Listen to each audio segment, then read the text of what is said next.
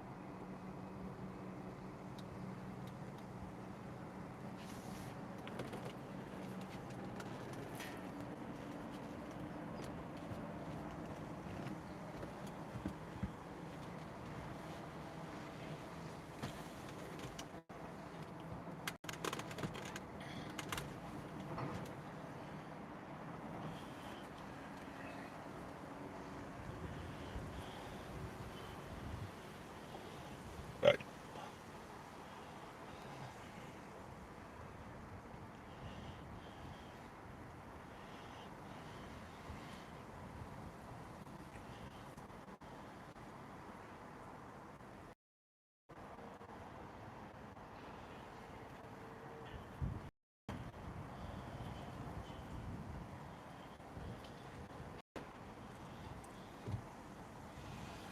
Good afternoon. And here we are.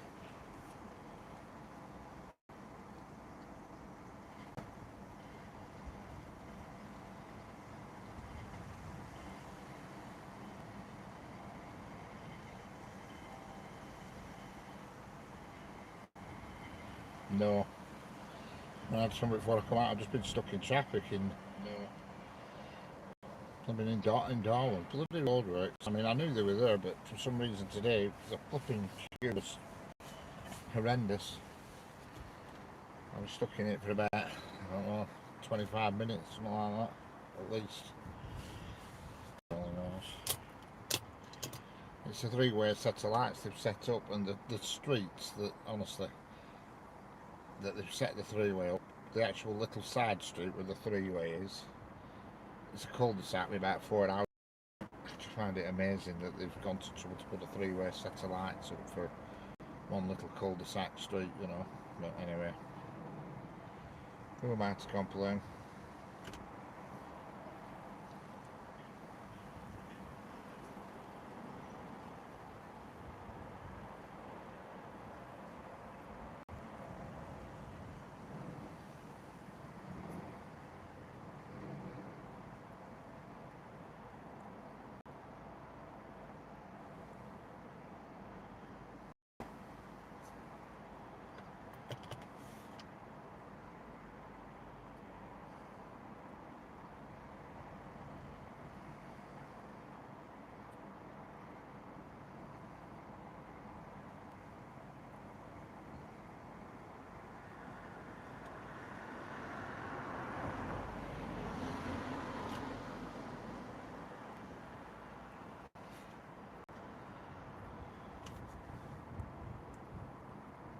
Stew ball safely deposited at the Royal Hospital. Excellent. IB truck, yeah. No, you're right there. You're right there, Tommy. No point in all getting stressed about it. They've been there for yonks. I don't know what, you know, about 3 weeks now. I don't know what the hell they're doing. I've got no idea. Only a small amount of roadworks, about 50 foot's worth of it. You know.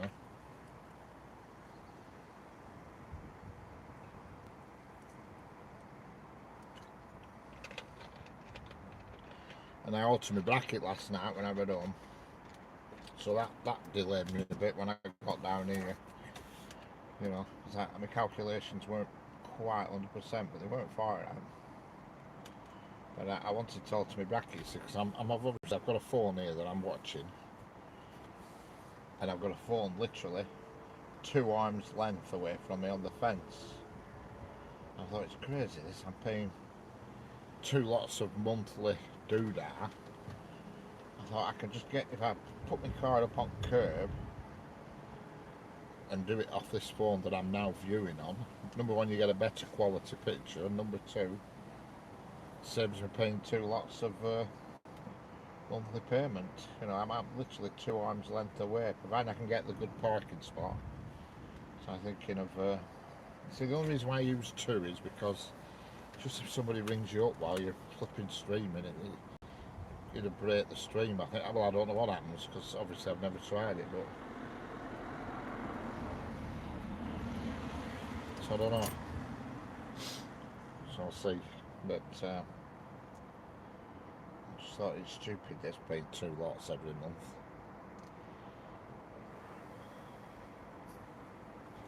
When I can actually just do it off my current phone, which, number one, it will be a better quality stream, because you know, that's an iPhone 14 that the stream's coming off, I think, or 13 or 14, I'm not really sure. Whereas the phone I view on, this one, is an iPhone 17 Pro Max, you know, so it's better camera, better picture, better processor, everything's better. So I altered my bracket last night, because normally I can't see my phone screen when it's behind fence, but I've altered my bracket, so now I can actually see the phone screen now. Can't read it from here because I'm not parked close to it, but I can get 2 wheels up on curb and get very close to it, you know what I mean? Trial and error, but I'm going to keep trying to do it next few days, because first of month, you see, I pay 2 lots of mobile. And I thought, it's just flipping stupid. I can do it with one.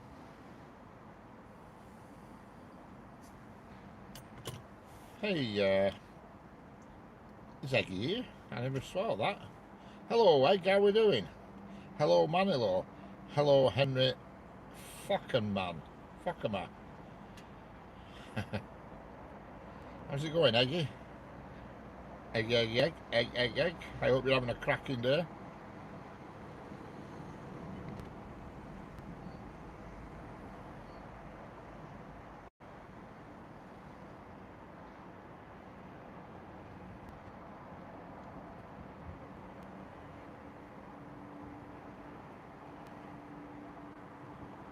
Don't forget, if you're new here, subscribe and double tap that screen. Don't be shy. I cracked some jokes earlier. Excellent.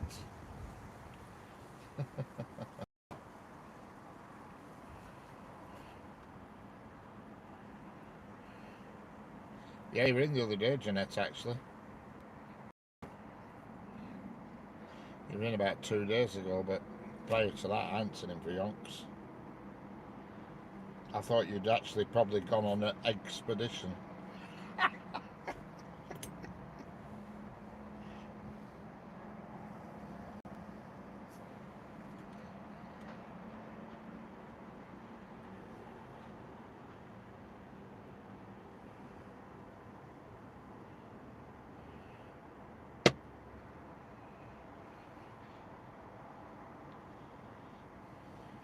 just been emptying all my flipping cubbyholes in my car out, because there's flipping leads, chargers, and so much shoved in every cubbyhole. I thought there's just no need for them all to be here. Don't it too much.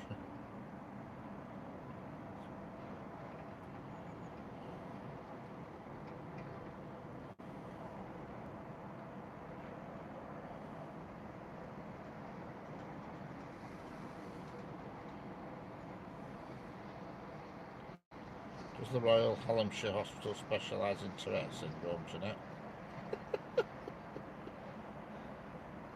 You'll be in there now. God,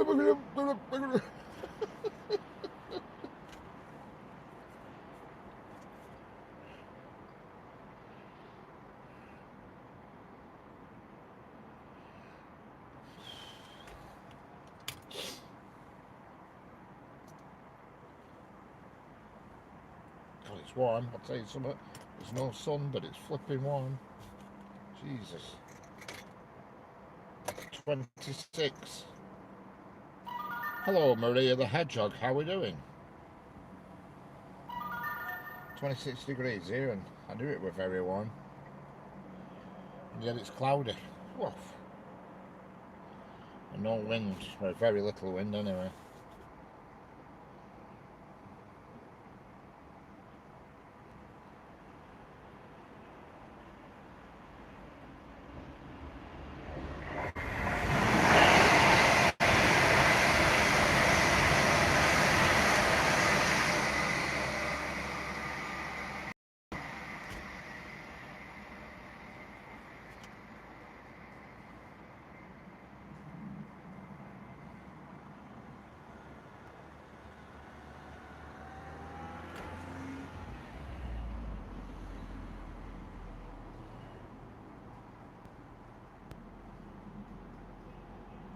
Yeah. Poor old Dolly. Too hot for a Norwegian lamb. Are you Norway, Eggy? Egg? I keep calling you Eggy. You're actually Egg, aren't you? But that's your handle. Hello, Ms. Yeah. How we doing?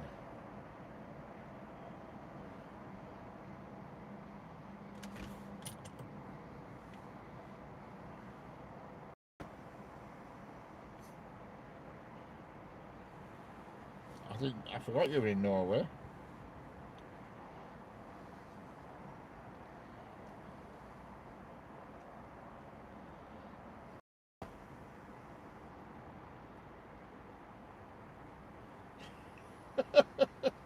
Yeah, you're right there, Tommy. Oh, that must be a nightmare having to deal with Stuart in hospital.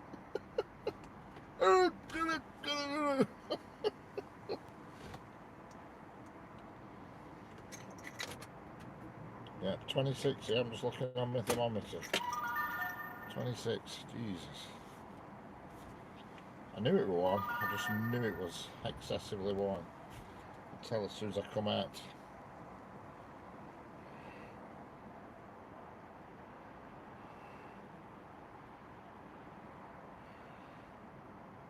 Yeah. Hello, Lisa. How we doing?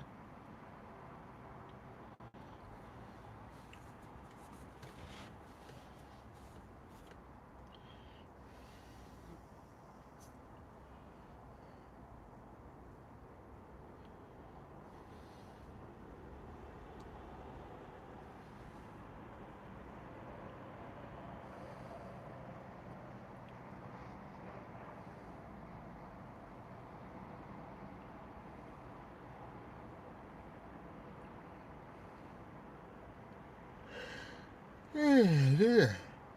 Yeah. Pardon me.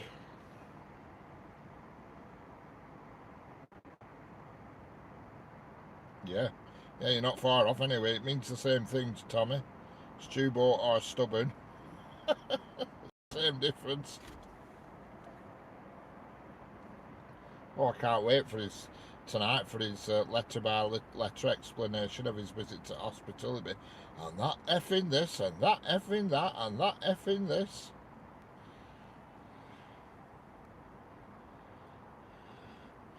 I was at a car meet and a Subaru almost made me deaf. Hellfire. It was loud.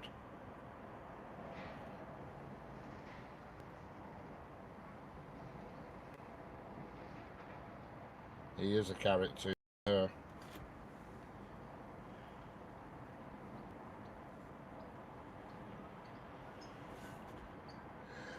want to see when he's drunk? Good grief.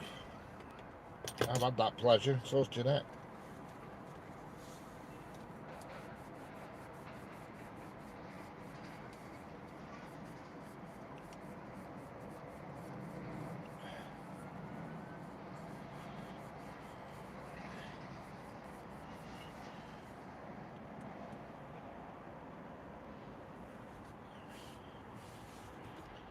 Yeah. Oh yeah, we're going to have an hour's worth of mourning off Stuart later on, that is for sure. That is for sure. Bloody this and bloody that and bloody this and oh God. Can't wait, I'm going to earmuffs in. camera shake though. I'm going to have to deal with that. I know why that is. The bracket's a little bit longer, so I'm going to have to... It's a bit of an experiment, it's really, because I've altered my bracket, but and plus it's fastened to me my Apple power pack as well.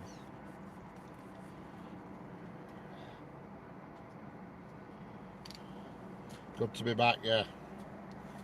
I'm always excited when I see you, Egg.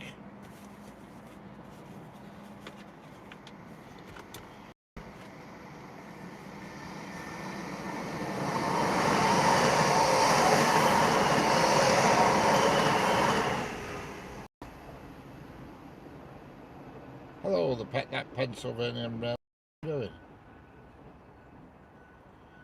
Wow. Oh yeah.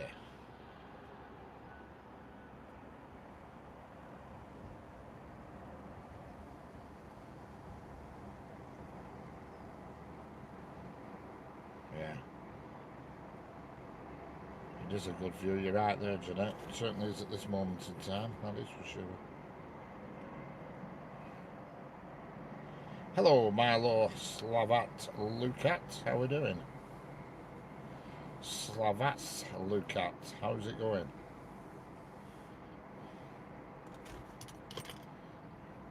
I have to wind some windows down in here, I'm burning to death here in this temperature. The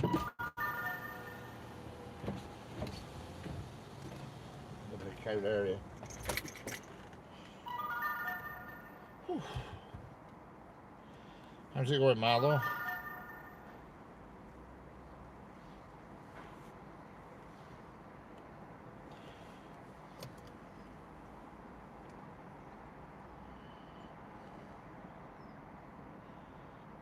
Hit the likes, please. Correct. Car spot, but also train spot too. Well, we used to have a lot of that round here, Egg. There's a car park not far from my house, and they used to be there once or twice a month. But they've put these parking eye ticket machines up, so it's stopped them. So they go to another place now, a place called Whitebird, which is not far from me, and they all meet up there once a month and have little drag races and stuff, all with the fancy motors and with big radios in and big engines and all this lot.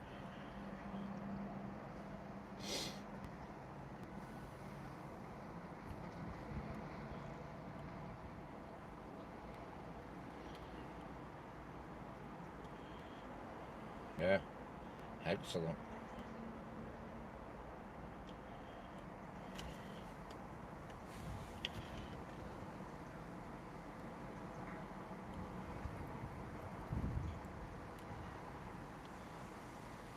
Yeah, they must shell out a lot of money on these cars.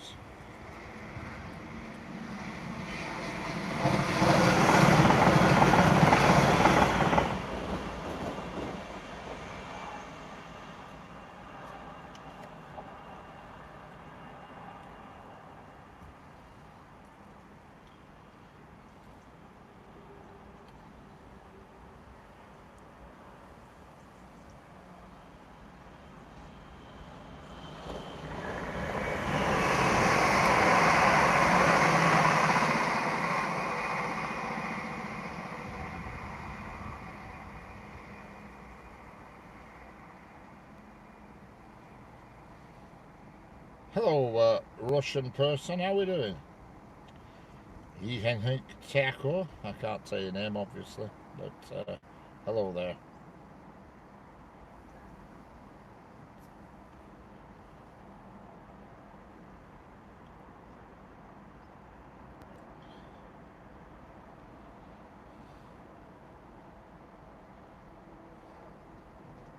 Correct, Tommy, you're right. I mean, it makes me laugh. I was only thinking about it. I was watching one of these police camera action programs, and people were complaining about kids riding around on motorbikes and stuff. And I thought to myself, we did exactly the same on field bikes, up and down back alleys, riding around up fields on motorbikes, you know. And they're all moaning about it. The only difference is these today tend to be up and down on motorbikes on road selling drugs, whereas we didn't. And we didn't really ride them on road. We used to zip up and down back alleys to get to the fields where we used to go. You know what I mean? But I thought, it's not that much different. Back in there, they have more fancier stuff now. You know, we didn't get much hassle off coppers, to be honest. As long as we stayed in back alleys and just went straight to the, straight to the scrambling track, and we didn't get up to much bother. But and we were the same when we were younger. That's when we got cars. The only difference nowadays to them days is they all seem to get new cars now on HP and everything, whereas we couldn't. You seem to give new cars away now, whereas when I was a kid you couldn't get anything on HP unless you had proper decent money coming in and you'd been working so long and you had to have a guarantor to sign for it, and all this lot. But we were exactly the same. We used to mess about doing cars up. The cars were a lot different back then. They weren't like they are now. Blimey. I always see phrases coming by here. Yeah, we get quite a few pass here.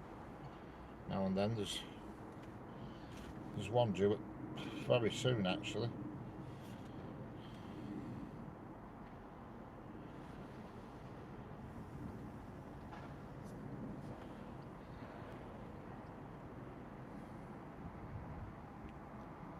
Yeah. Oh, every Sunday afternoon it was like a massive gathering. It were at our house. Loads of people loads of motorbikes in back alley. They all met about 12 o'clock on a Sunday, and they used to go up what they called Billy Hills. And it's no longer there now, Billy Hills. They built houses on it. It used to be Billy Hills and Cranberry. Cranberry were a proper motocross track where they actually held competitions on. So, they either one or the other, or both, because they weren't far apart. They're both gone now, they've both got houses on them.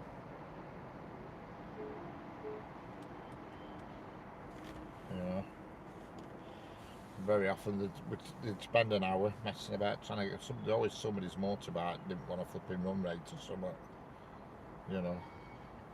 So my brother, he ended up spending half his time fixing other people's motorbikes because they were well into them,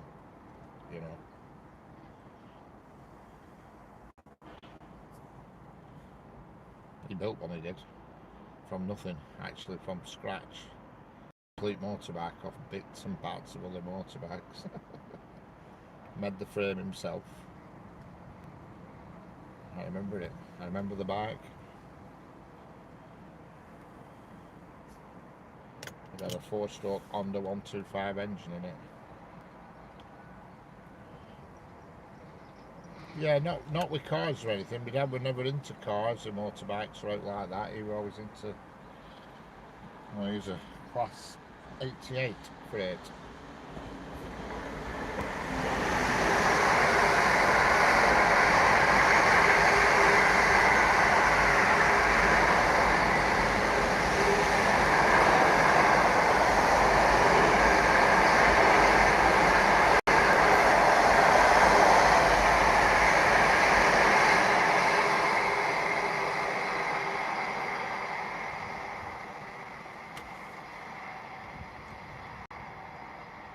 Yeah, my dad, he was never into cars or motorbikes. He was always into just the engineering aspect. And to be fair, my brother, he weren't into cars and he still isn't into cars. Now he's not one of these flash Harrys who likes to have flash cars. He's always had very mundane, normal cars. Nothing flash. But he was into motorbikes. Big time.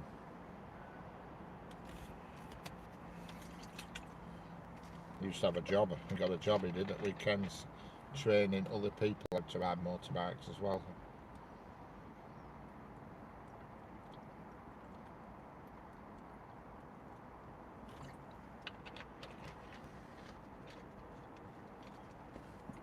Hello, Thanley V. Fenley. I don't know what your name is, but Thanley. Thanley.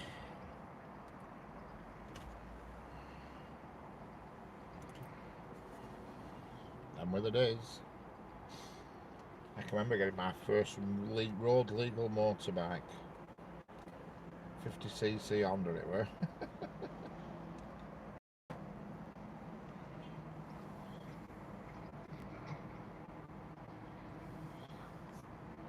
It's not bad, it's cloudy, but it's warm. Sun's just trying to break through now.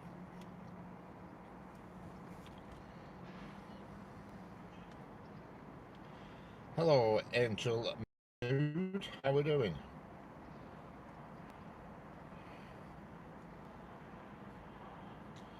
No, my first one was 50cc. That's all you were allowed when you were 16, 50.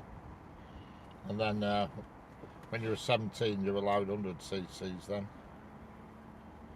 But but then when you were 17, you were allowed out once you passed your test. But now it's all changed now. I don't know what the rules are now. It's a lot different, I think.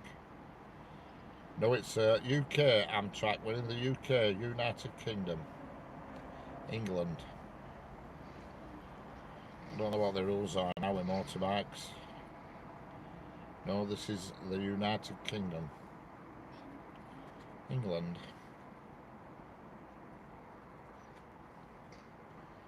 I think to do it in like parts and stuff. You know, they do one thing up to certain size, then another size, and I don't know, Tommy. I don't know how it works. When I was 17, you passed your test. That's it. You could ride out.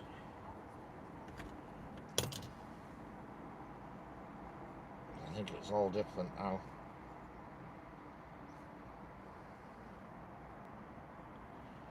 Hello again, Tanley. Or Tahanley. Tanley.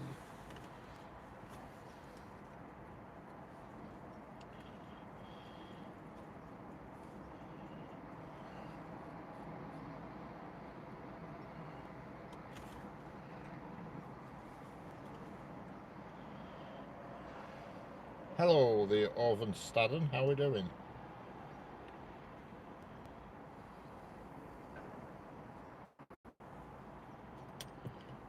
No, my legal first bike was a Honda 50. It was called a Honda MB5. It was called, and it was quite a modern looking bike for its time for the times. Honda MB5. That was my first road legal motorbike. I remember it well. I remember buying it. I remember who I bought it off and everything. It were white. It were white. I mean, it was quite modern, and it looked bigger than it were. It was, you know, like a. So it's quite a modern shape and everything. That was in 1980. 1980. Look at now, 1980. 1978. That's 1984. Yeah, it was a two-stroke, Tommy. Yeah, it were the little one, the little 50. It was a two-stroke. Most Hondas would tended to be four-stroke, but the little 50s were two-strokes. Because the Honda 125s were dead popular because, for a simple reason, for field bikes they were really popular because the points were at top of head. So when you're riding around in water and stuff, you didn't get water in points because the points were on the overhead cam rather than down at bottom on the main crank, if you know what I mean. So because they were high up there at top of cylinder head, the points, you never had any bother with water or anything, and so they were popular with like people who rode around in mud and rubbish. You know, I always remember them. And carburetor were right high up at top of the cylinder as well. So you know they were good bikes for riding through water and mud and rubbish. You know. Oh yes. And then when I was 17, the big craze were Suzuki GP100s. Everybody had them. Everybody.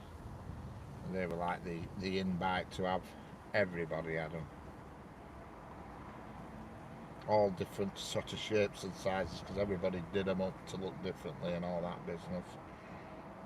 You used to have a carburettor were built into the side of crankcase on them.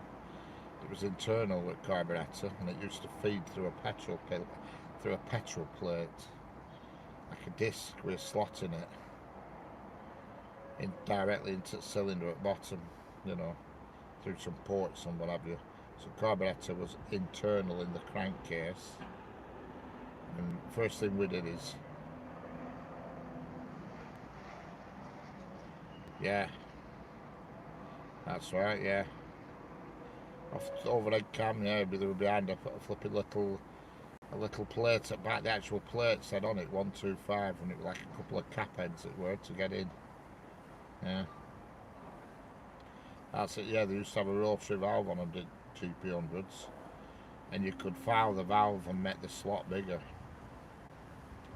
Hello, Daniel Rogers. How are we doing?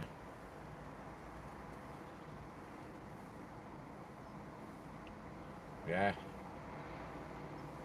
they were really popular. 125s were really popular when I was a kid for messing around on field, purely because they just went forever.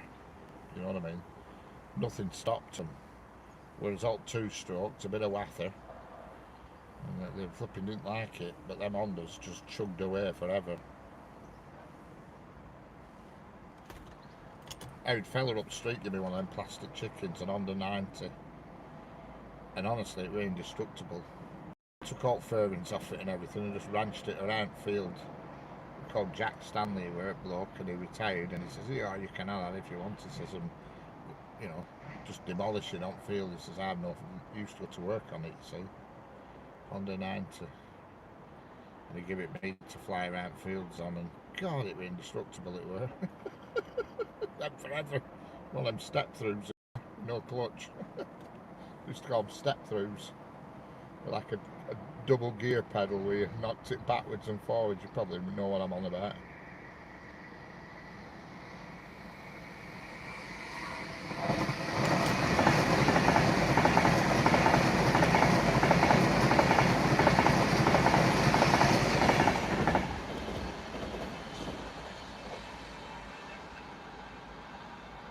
Hello, Paul Verhagen. How are we doing? Yeah, yeah.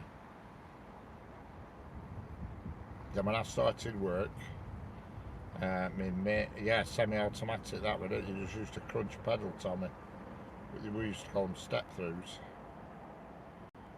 Horrible things to look at, but it was funny. We used to out on a Sunday messing about in field and muck, and everybody else had had problems. They'd pack up, something to go wrong, and that flipping thing of mine just kept going, never stopped. It was brilliant.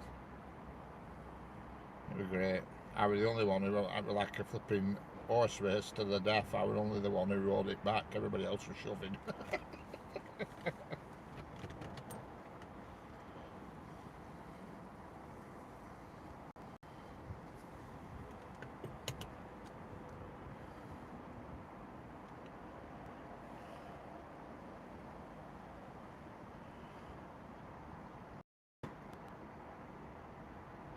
Yeah.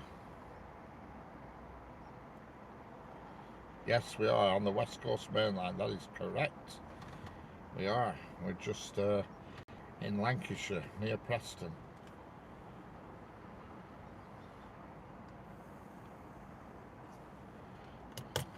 When I started working at this place, Stove in Amelin place, and the boss, well, it was actually the boss's son.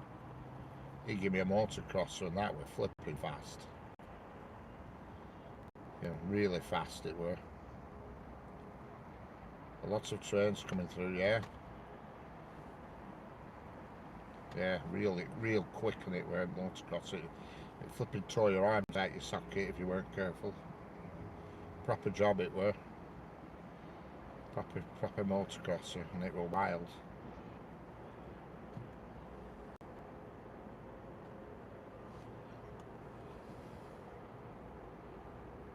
Oh yeah. Never knew what happened to that bike actually. Can't remember what happened to it. Yeah. Well, when I was 16, everybody had them. We used to call them Yami Fizzes, 50cc, and they used to put them bloody awful Micron exhausts on them to make them louder. Yeah.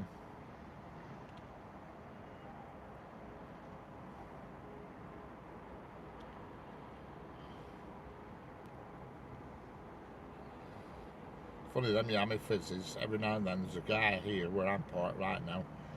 It's into trains, and he comes up on one and parks up and starts photographing trains, and I think, man, look at that bike, and it's really old. It's something like an OP reg it is. A Yami flipping FS flipping 100 or a 50, I don't know what size the engine is.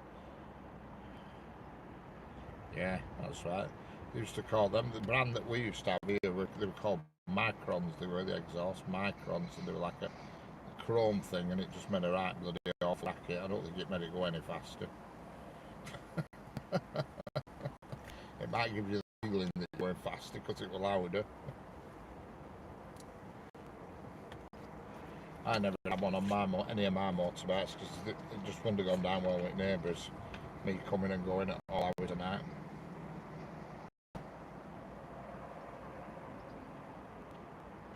I used to go on some night missions. Proper missions, long distance missions. Railroad track shakes when approaching train. Yeah, it is doing on this nearest track, but it's because I've altered my brackets slightly, so I'm going to have to do a slight bit of work on that.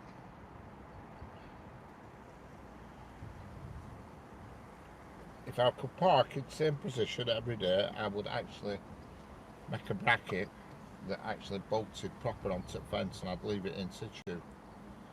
But I can't guarantee the same parking place every day. That would be ideal, that. To actually bolt something permanently in position and just put your phone in it when you pull up. But it's not possible because I can't always park here. And plus, because I've got my battery pack on, that adds to a bit of camera shake as well for some reason. It's just, you know, it's hard to explain without you seeing it, but it just adds a bit of weight to the end of the arm, you know. With the bracket I'm on, it's like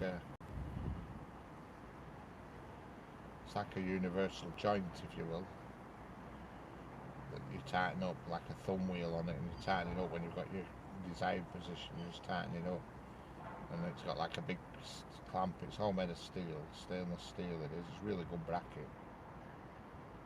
It sticks like iron. It does. Yeah. Oh, everybody used to dock some. I mean, that 50 that I had was supposed to limit it to 30 mile an hour, but I had a mate who were a dab hand at messing with shit just like that, and he soon got it way past that speed. Way past.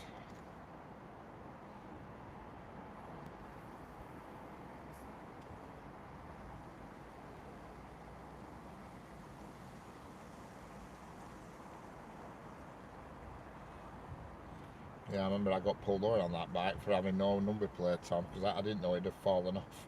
I hadn't realised the number plate had fallen off.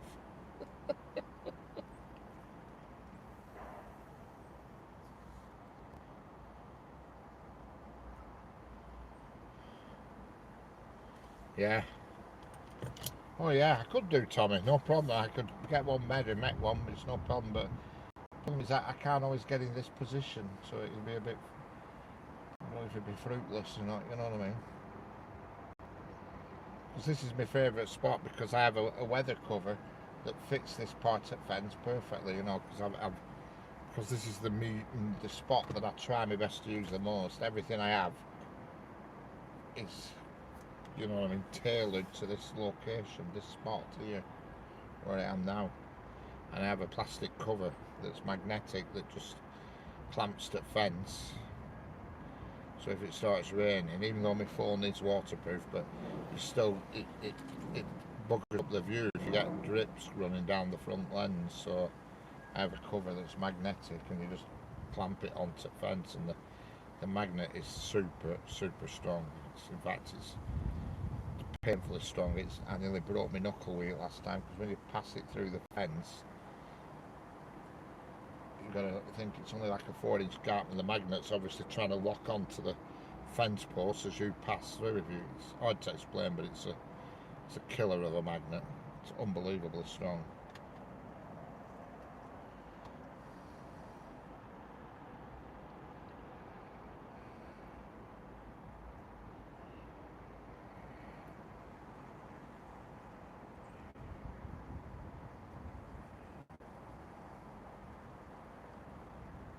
What'd be really good is like I'd love to get one of them old BBC vans, you know, with telescopic thing on roof and a camera. That'd be great, that. And I'd be able to do both sides, live stream both sides.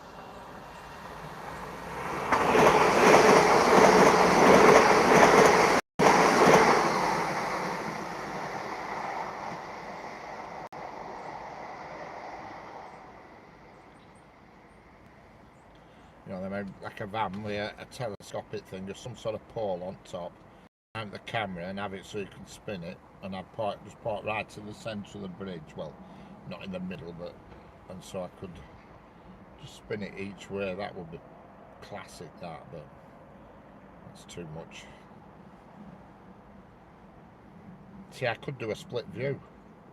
I know how to do that and have two streams, but you won't be able to see anything, especially if you're viewing on a phone. You won't see now because you just have two tiny screens, so I don't think that'd be popular. I could do that. I know how to do that, but I just don't think there'd be any value in it.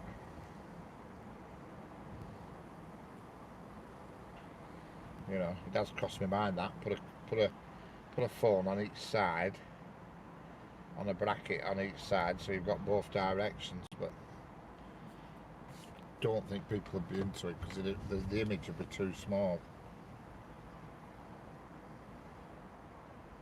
People watching on a home computer would be alright, but I'm pretty confident that most of my viewers are watching on phones. In fact, I actually know they are because I get these, I can see the stats, you know, and where the viewing sources are coming from. I can see the location, the country, and what device they're using. You know, when I look back on the analytics when I'm at home, and 70% of my viewers are watching on mobile phones.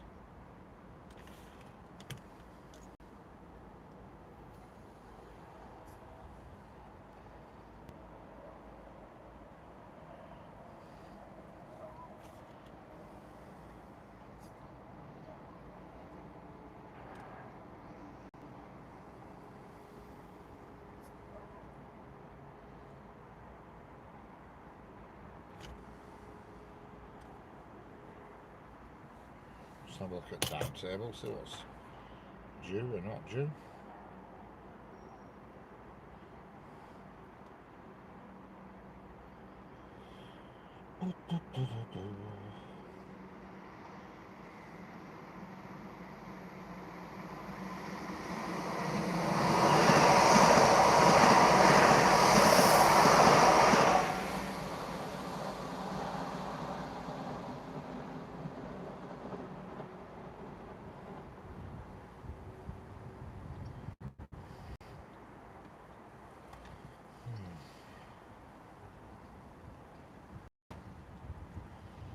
The quarry train is at 15:48. We've got the engineers train at 16:28. Surprisingly, no log train. Well, it didn't surprise me because I know they must be on holiday. And we've got a Crewe Grasty Bridge to Carlisle Kingsmore. I haven't a clue what that is.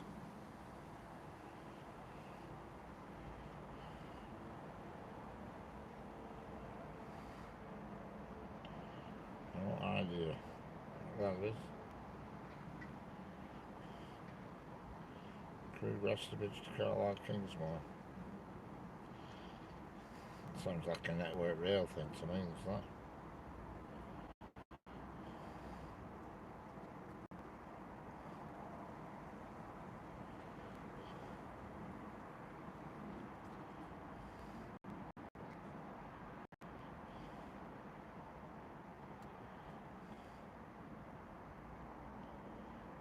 Yeah.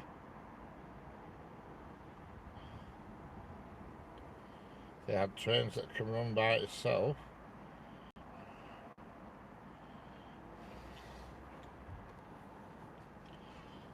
Here's a lappy armors driving an MRDT 2-stroke. Exhaust side screen, thinking manifold gasket glue kept driving me home to fix it. And manifold tailpipe had fallen off, yeah. Oh yeah. We had one guy who called Tim, I can't remember his surname, called Tim, and he had a motorbike and he pulled a wheelie on it and flipping one up fork slid out. How the hell? And it was one of these, what kind of bike was it? It was a funny brand. I think it was called a Jalera. It was a funny bike, and something detached, and he ended up with wheel half falling off after he pulled the wheelie. I'll never forget it.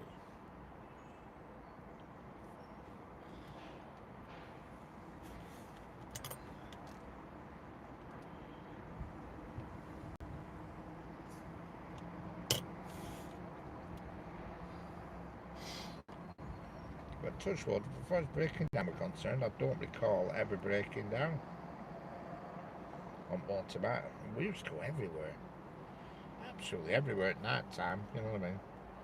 We'd finish work, wherever we've been, go for flipping miles. You know what I mean? Wouldn't think twice about destination. Just weren't an issue. But having said that, though, it were cheap. You know what I mean? A couple of quid filled tank. Somebody had nicked it. Hello there, Borna. How we doing? Somebody had nicked it. Blimey, that didn't take long, Tommy.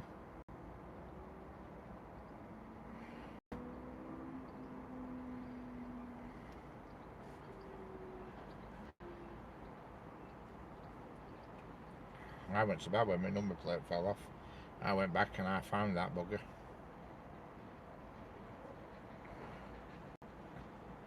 Where is this, my friend? It is the United Kingdom, near Preston.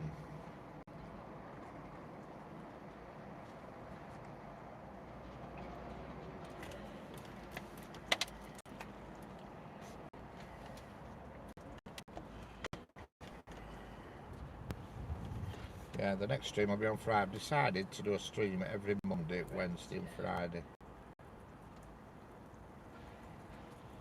And possibly the odd one over at weekend, but I'm going to stick to them 3 days. And try and get a bit of, what's the word, a bit of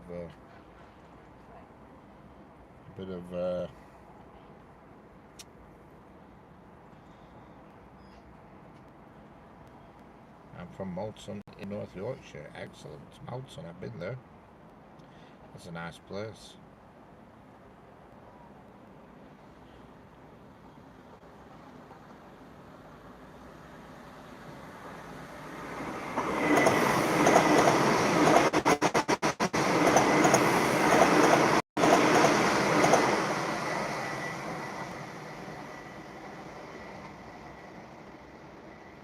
Where did I go the week before?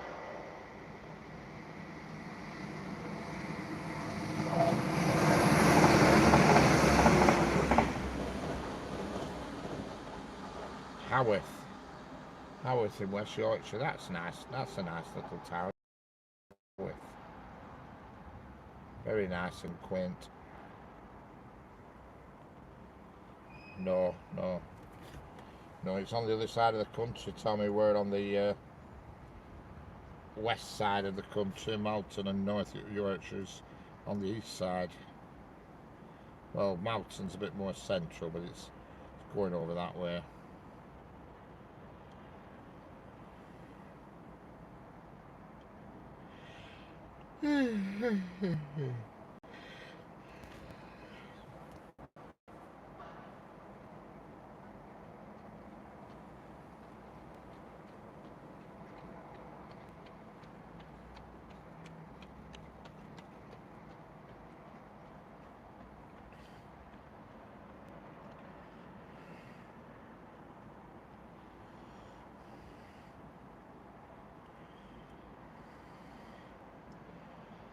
I'm on the west, Tommy, and Malton is on the east. Yorkshire is next to Lancashire. It is, yeah, but Yorkshire and Lancashire are huge counties, especially Yorkshire. Yorkshire's biggest county in the UK.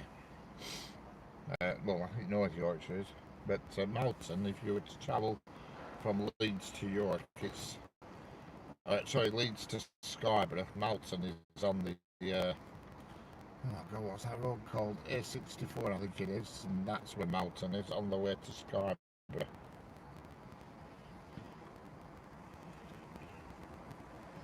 Oh, what's that? It's near a place called Castle Howard, if my memory serves me right.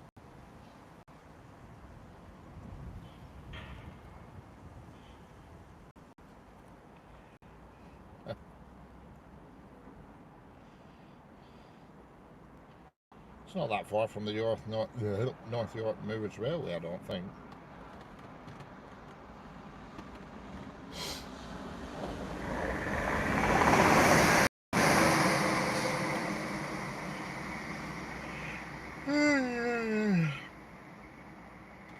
There's a place somewhere around there called Wet. I'm not saying around there, but in that vicinity, a place called Wetwang. Pickering, yeah, that's it. If you go to Leeds, from Leeds to Scarborough or Bridlington, you go through a town called Wetwang.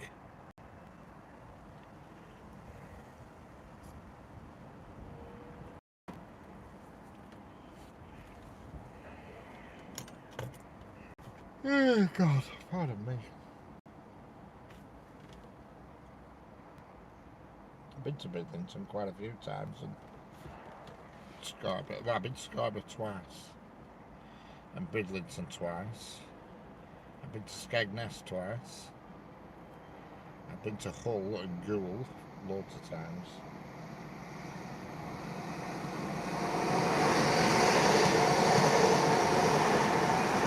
I used to deliver to Goole.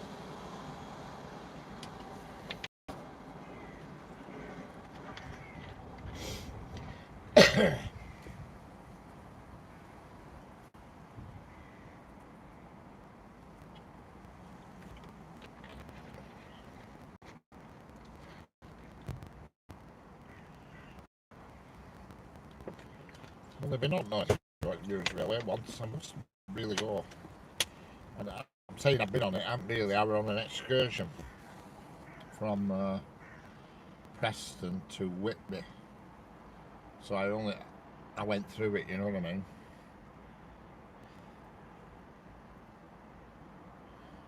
Good fish and chip shop there in Wetwang. Excellent. Are you going to Scarborough Fair? Yeah.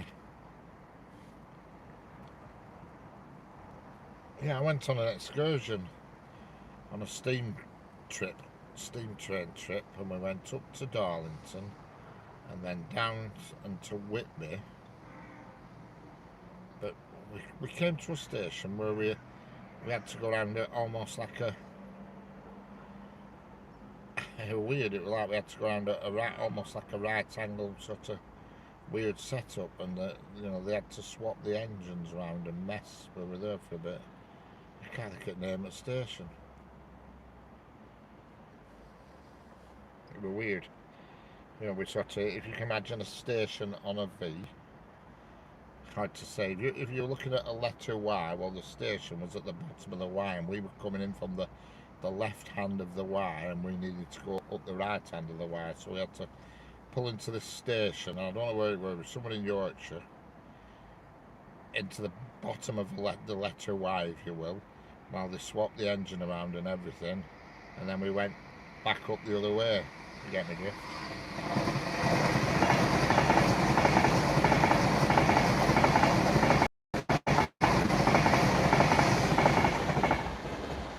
But I can't remember where it were. It cost a fortune in that trip. Well, considering it's 20 odd years ago, and it was a couple of £100. We even have a county named after us. A county, Jeanette? Where's that? County? Bloody hell.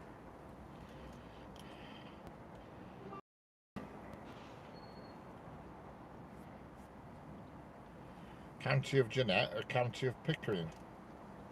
I don't think Pickering's a county.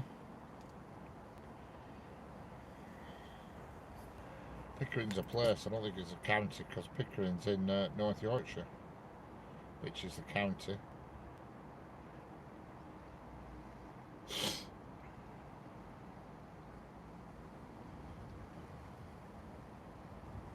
I've got an out named after me.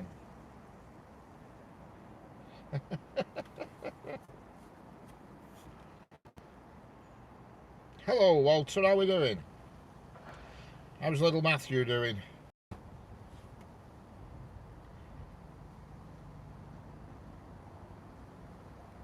Just had a loud plane fly over. Must have been flying low. Was it a plane or a plan? Like a... Yeah, it is a town in Yorkshire, Pickering. I think it's actually North Yorkshire, but I'm not 100% sure on that.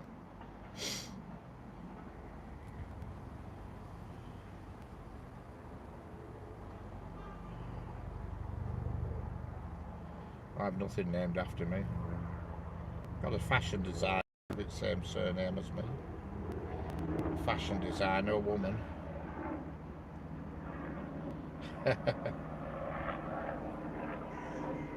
I've got a noisy helicopter coming over now, I don't think you can hear it.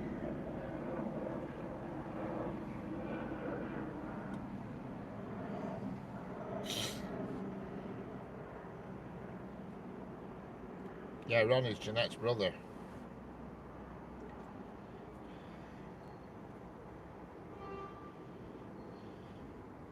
Start school next week. Blimey, I bet that's soon coming on, hasn't it? Bloody hell.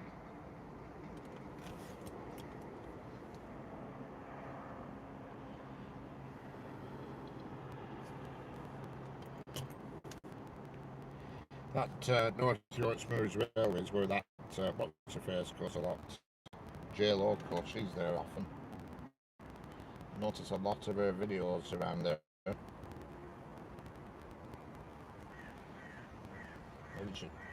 I think she must go with her husband, because she's always with somebody, even though you never see him on photograph. And I've noticed when she's sat down doing her photographs of meals and stuff, there's always the guy, whoever's taking the photo, always has a plate in front of him, so I'm presuming it's her husband.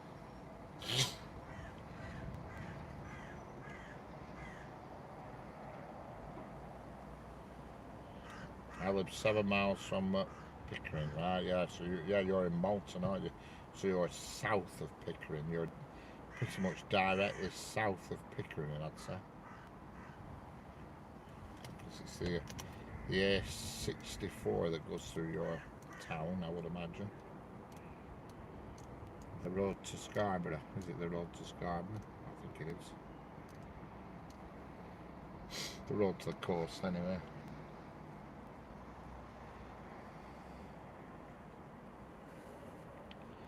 Yeah. Oh, yeah.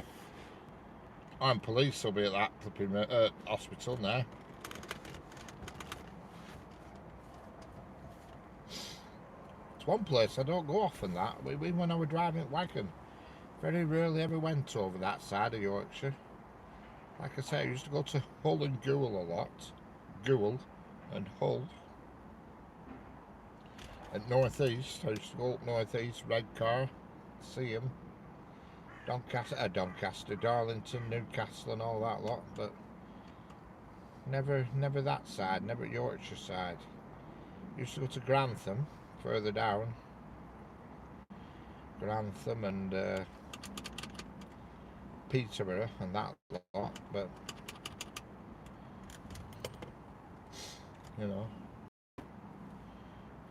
And Worksop, I used to go to Worksop regular. He is back here now, Tommy.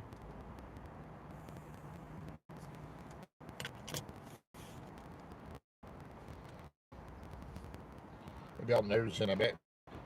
Yorkshire Sheffield Hospital closed down lunatic in the in the corridors creating a nuisance.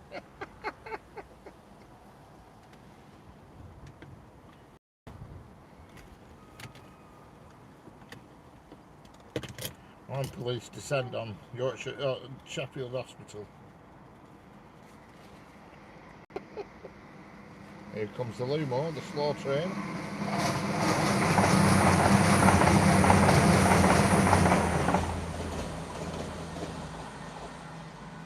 Hello, Patrick Reese, how are we doing?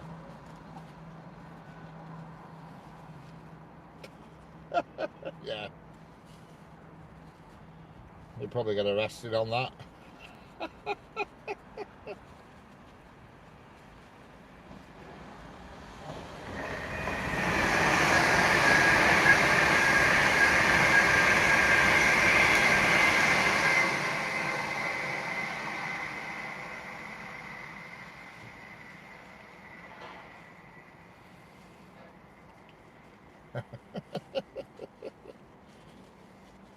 Tell them we can't wait for the update tonight. Bloody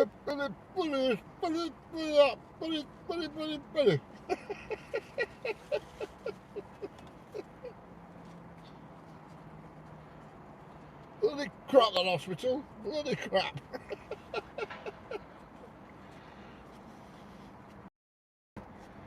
Can't wait. Get home, Stuart. Get a few beers down your neck.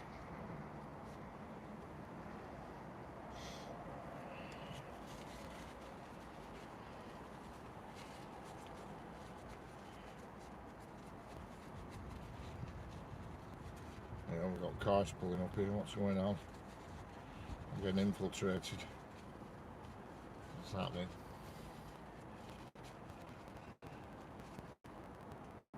Hello, Patrick Reese.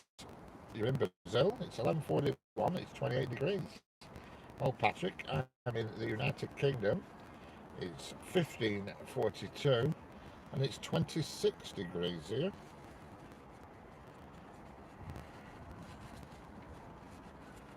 Now, don't forget cat's cake. Bloody hell. And don't drop the pig on your way home. Bloody hell. Brazil, RB International. Excellent.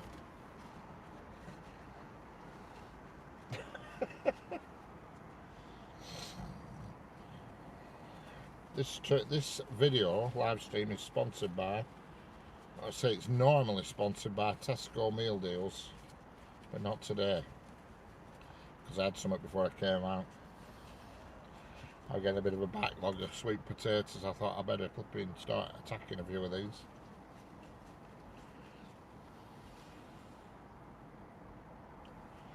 It was a train. I was at train crossing, said it's clear, but there was a train stopped in front of it. Alright. Well, we had a bit of a funny do like that over here. Where a crossing, it didn't activate, didn't come down or anything, and a woman drove through it, a young lass, and sadly it killed her. The York to Blackpool train killed her. That was about 6 weeks ago. In fact, we've had 3 rail incidents since then, for all sorts of reasons. I should have asked that chap who was in yesterday what we called salmon fisherman or something. Him who works on points, what his opinion were of that crossing business. He'd have known a bit about it. Didn't enter my head. Trout fisherman or something he was called. A points maintenance man working in Sheffield. Hello, Mahand Mamini. How we doing? Don't make me scared of them, yeah. Well, that monster carp, that was it. Monster carp, yeah. If he comes back in, I'll pick his brains about that. Yeah, we had a crossing, Lucas, and it's not far from here. Well, it's actually nearer my home than what it is here, but it's only 10 minutes drive from here. At a place called Hull. And this woman drove across the crossing, as you would expect, because no lights were flashing, no barriers came down, and what happened? She were hit at a train doing about 75 mile an hour. And they were her and a child in the car. Fortunately, her child survived, but she didn't. And the still, I read the thing, the RAIB report. Sorry, RAIB, isn't it? Yeah. And they just couldn't find fault with crossing. They couldn't find absolutely no reason why it happened. You know, it was just a total mystery. Such an unusual fault for nothing to activate, you know what I mean?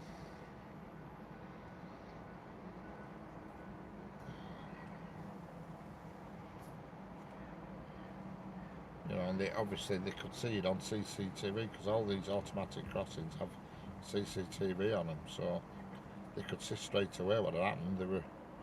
There were no need. You know, they ruled out human error straight away, or driver error, shall I say? But I mean, she sadly she died, but the driver did well to stop it in such a.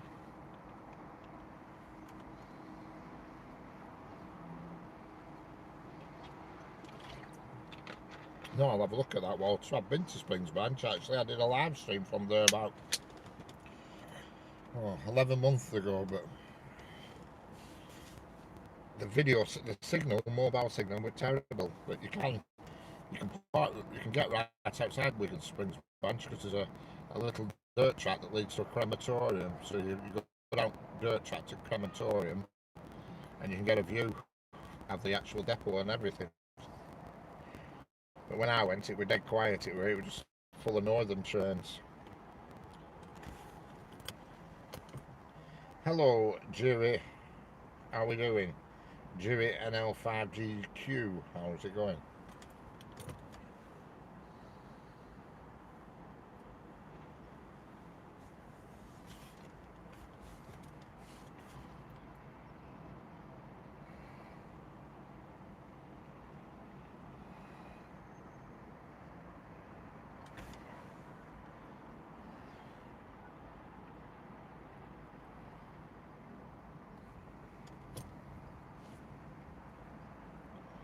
I don't know what's going to come out of that crossing thing because obviously it can't be left as it is. You know, it can't be left as we can't find a fault. They're going to have to find somewhere.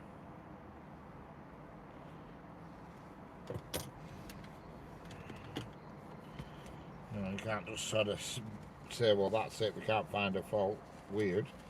Hello, Schweizer. How are we doing? Just doesn't work like that. You just can't leave it like that, can you? You know, you need to find out what happened.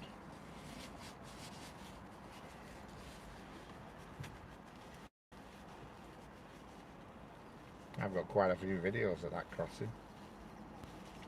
Well, I say I've got quite a few. I've got 2 or 3.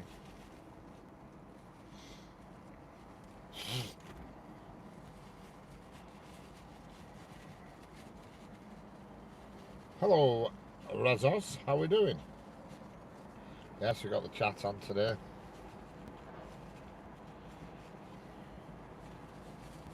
After today, I'm gonna live stream every Monday, Wednesday, and Friday. Stick to that. You know what I mean?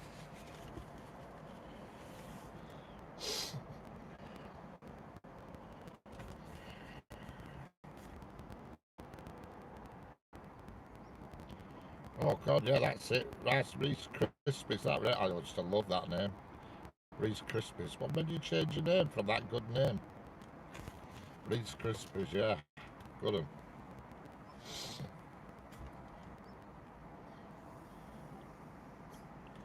I remember the name well. I thought that was a good name, that. Reese Krispies. Rice Krispies. Daniel Rogers, a weekly trilogy, correct, you got it. Every Monday, Wednesday and Friday, that's what I'm going to do. Stick at that. YouTube got rid of the nicknames for some reason. Yeah, They messed around with it, I think. Well, I don't actually know why they've done it, to be honest with you. I can only presume it's. I just don't know, to be honest with you. I just don't know. I mean, it's not so bad. You can change it and get rid, because a lot of people don't touch that handle because it never used to be the thing that showed up, so people didn't bother about it. But now it's the handle, the at, that shows up. If you go on your home page, click customize, you can change that and get rid of all them numbers they put on end. If you've got a unique name, you can get rid of the numbers, so you can just get your name at, like you've done it at Red Oz, you know what I mean. But if you've got a common name that a few people have got, then you can't do it because it won't let you if the username's already took.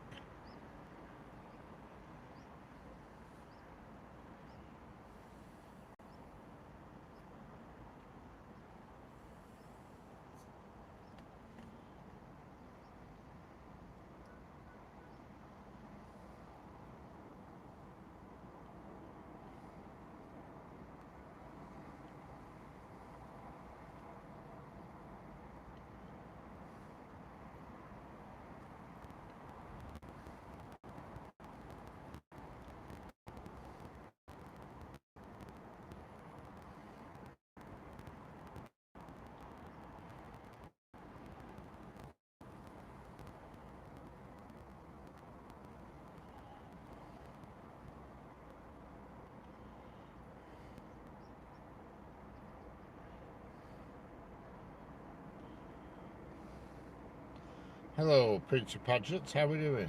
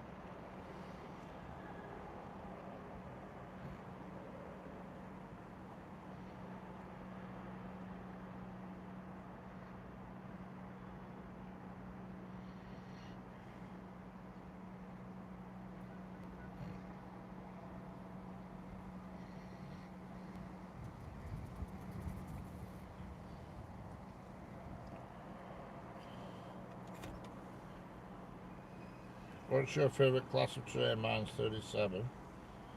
West Coast Railways livery. No, I'm not keen on the West Coast Railways livery. I think it's a bit boring.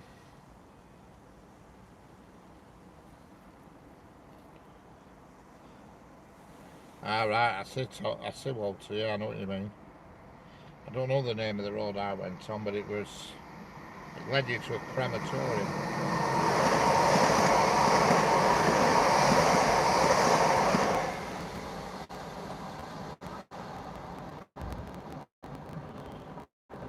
And it was quite a good view, but it was a very quiet day when I went, so it might even been a Sunday, I can't remember.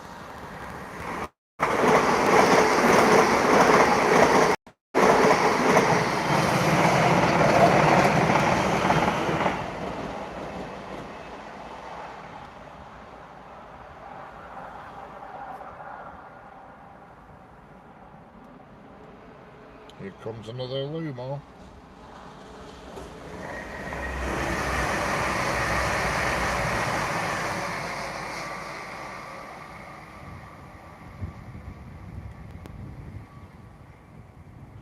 The slow train to Stirling.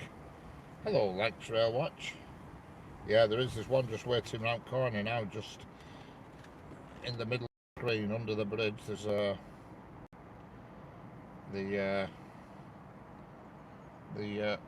Horton and Ribblesdale to I forgot the name of the place. The quarry train is just hiding around that corner.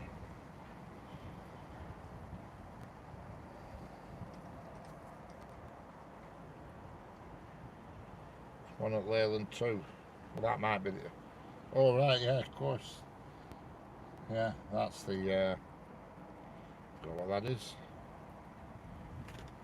I know there's one that's should have been here at 1548.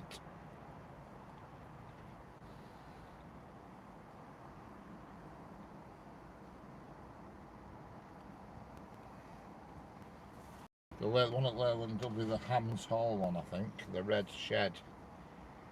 Could be totally wrong. Oh no, C4 to Moss End, right.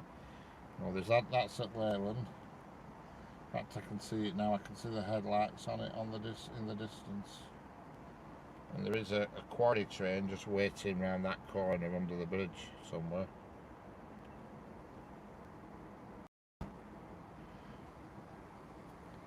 Or there should be anyway. I've not actually looked on diagram, but there should be one at Farrington Junction.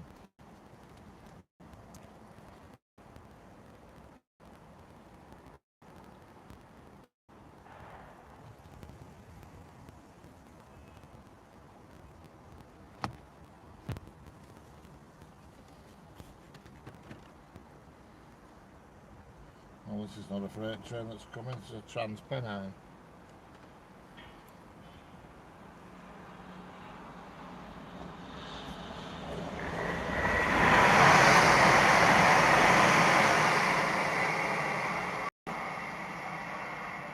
Now the freight train's on this slow track nearest to... It's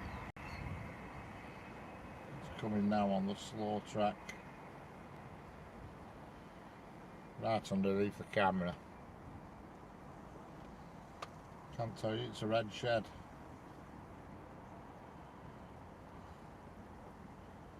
Red DB cargo shed. It's creeping down the slow line. Very slowly. But here it is.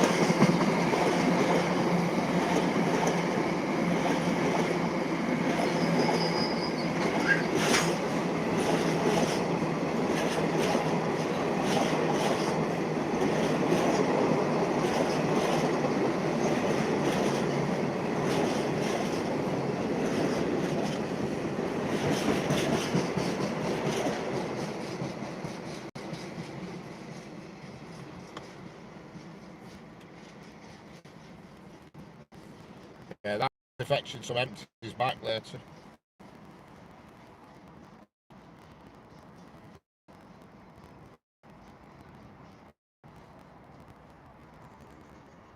Looks like it's stopping at a light.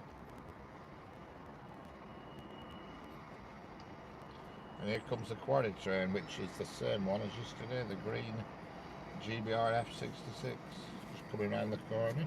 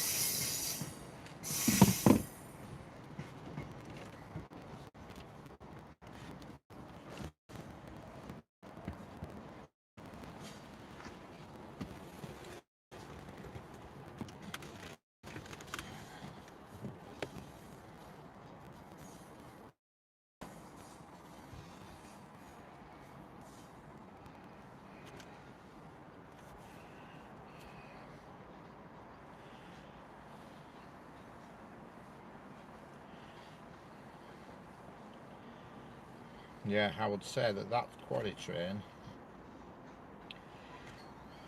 I didn't see how many carriages it had, but I would think each carriage is 40 tonne. But I didn't count them, so I don't know. I would think each carriage is around between 40 and 45 tonne. I would imagine they've got at least 30 tonnes worth of ballast in each one, and there must be 10 or 12 tonne just in the actual empty carriage, I would have thought. You know.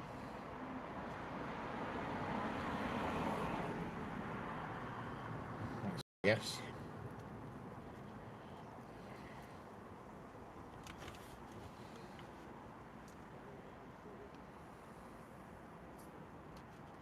Dash to the side of me, you're talking to himself. Very odd.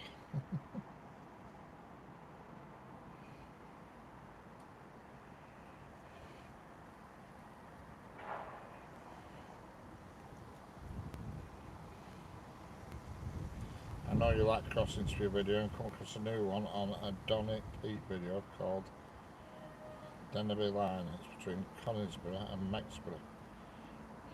Yeah, I've been to there. I've been to Mexborough.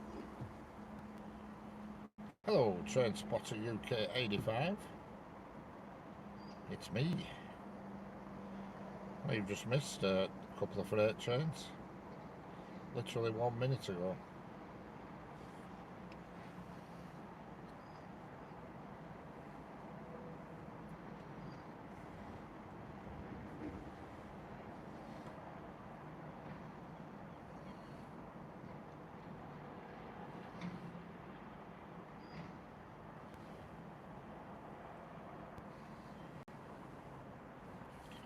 Yes, yeah, they were both class 66s, and a bit earlier on we had a class 88.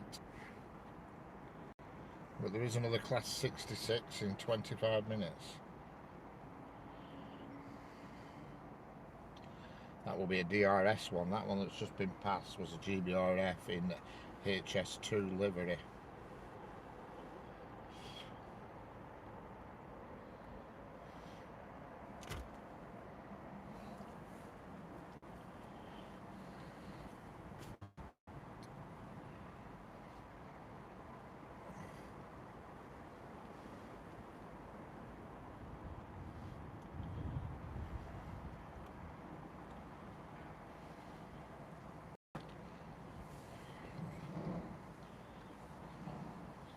Hello, Simon Mickelson. How are we doing?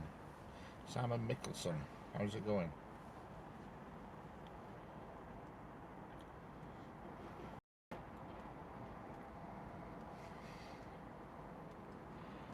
Don't forget, if you're new here, hit the subscribe button. Let's take this one call.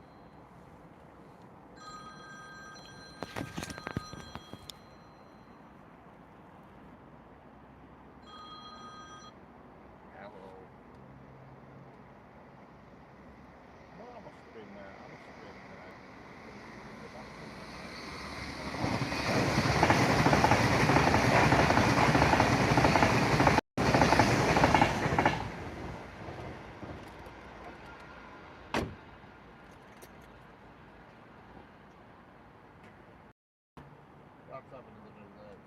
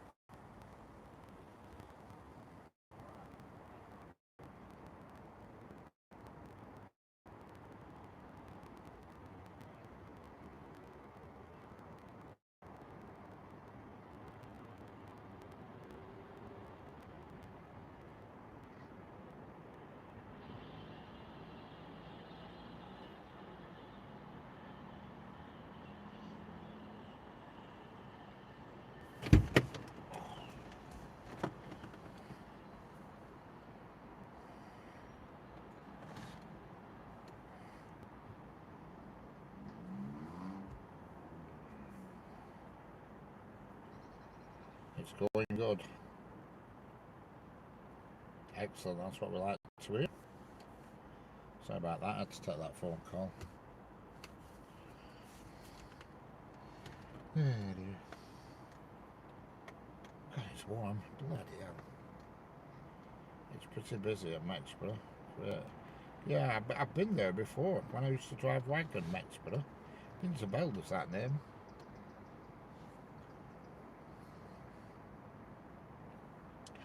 Hello, Chakri, or I'm Chakri. How are we doing?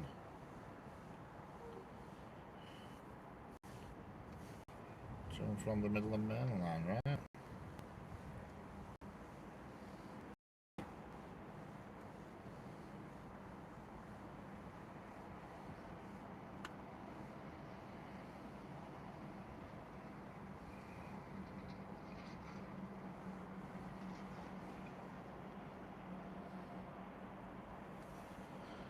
Here comes a good old Pendolino.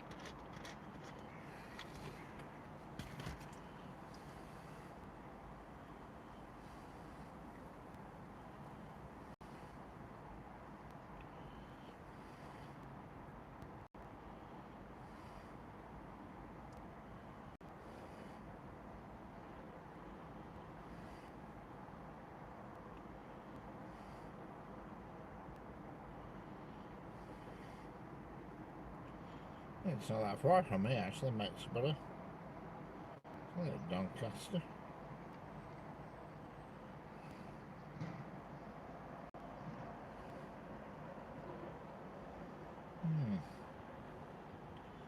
What to investigate, is that?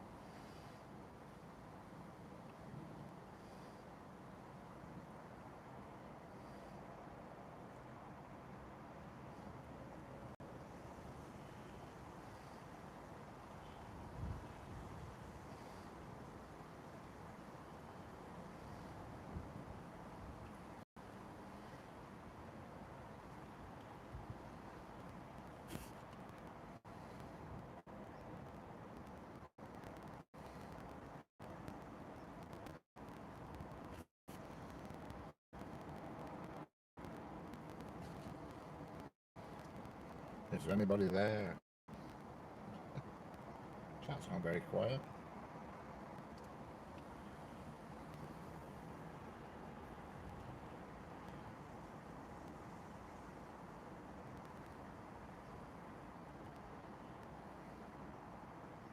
Don't forget to double tap your screens.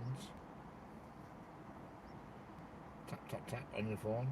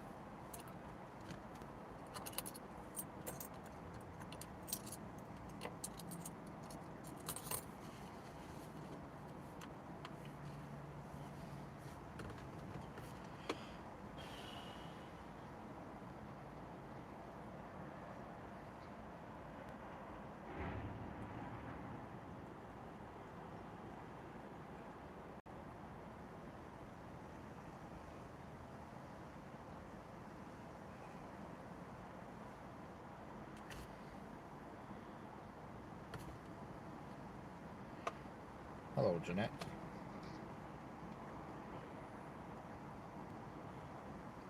Fruithy, the Dutch Angel Dragon. How are we doing? I'm doing mighty damn fine, thanks. How are you?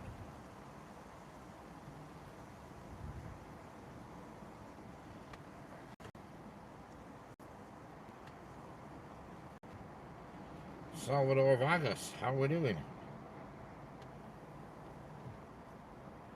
Don't forget, if you're new here, hit the subscribe button. It doesn't cost nothing, it's totally free. And it makes a big difference. And double tap your screens as well. It's the old thumbs up going up.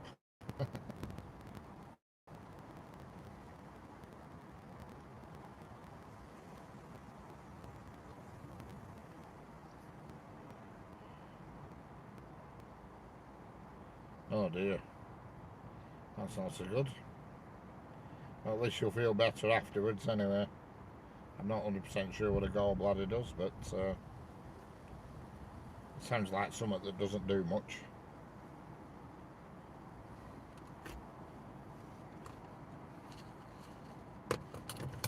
Especially nowadays, it's all that keto business, isn't it? So it shouldn't be that bad.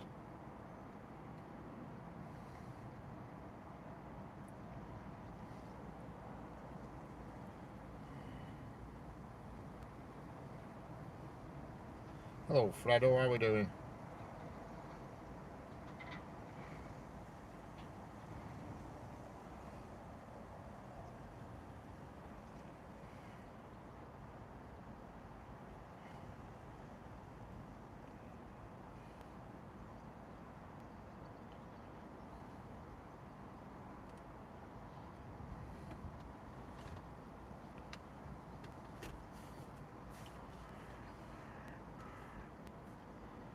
How's it going, Fredo?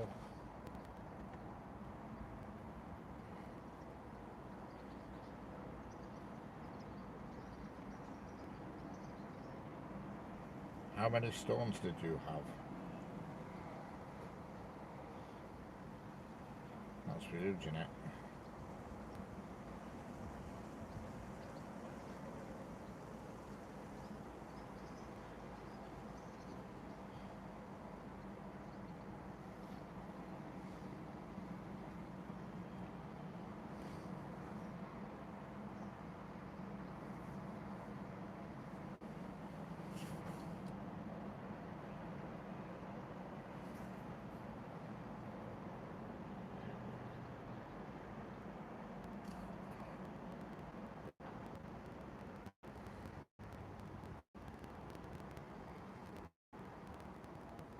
Knock, knock. Who's there?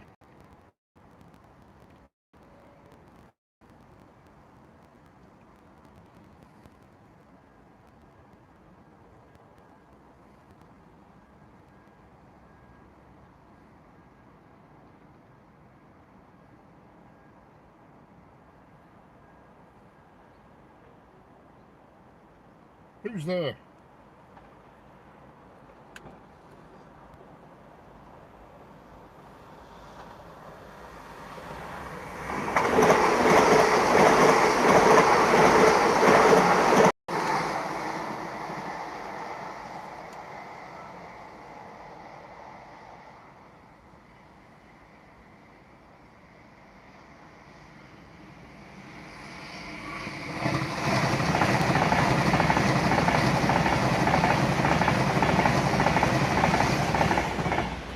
Knock, knock.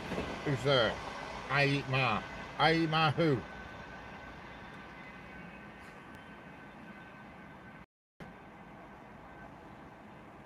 don't think he's on about stones in weight, Jeanette. I think he's on about stones as in gallbladder stones.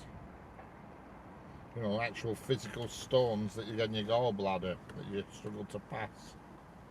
You know, I think that's what he's on about, not weight. I had to lose 4. I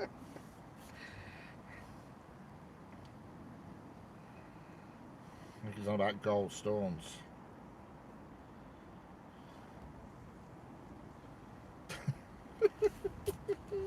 Love it. What's the rest of this joke? Hey, Matt.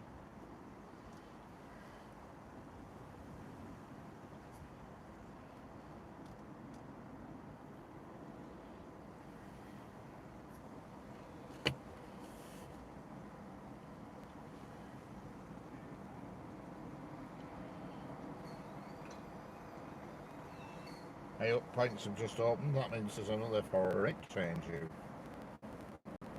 just heard him then.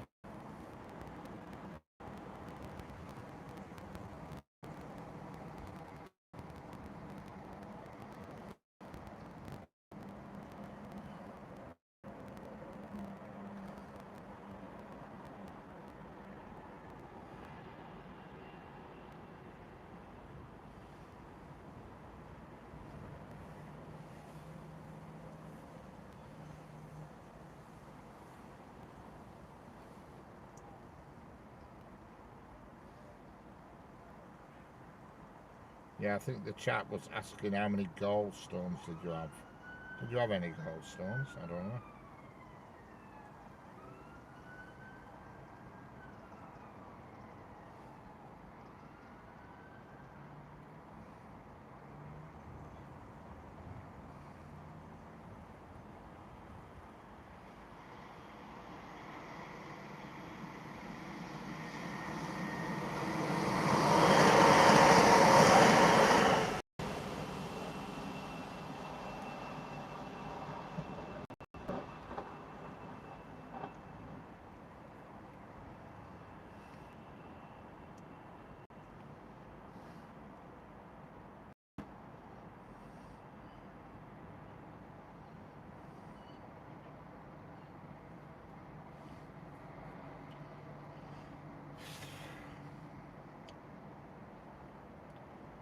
Right.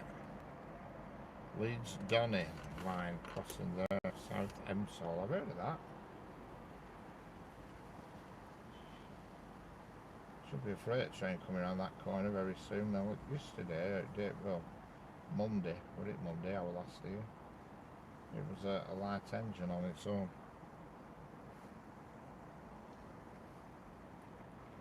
Class 68 on its own.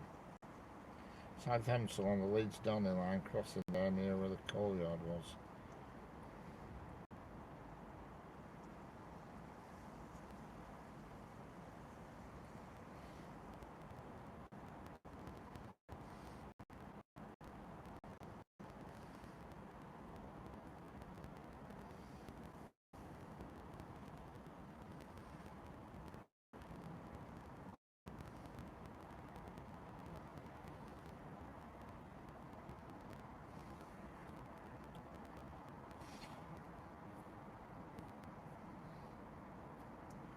Sure, yeah, points open.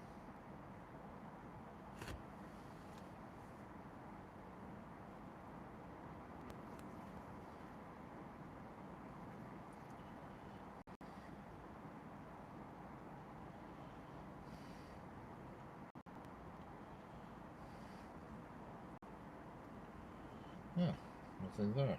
Weird. Nothing there. Oh, it's coming now. It's a Bamber Bridge 6K05. It's not a light engine this time. Carlisle to Crewe Basworth Hall, SS Middle. Be here in about 2 or 3 minutes. It's just going through Bamber Bridge Station. It's got a normal service train behind it. You want Blackpool North behind it. It ain't going to be far away.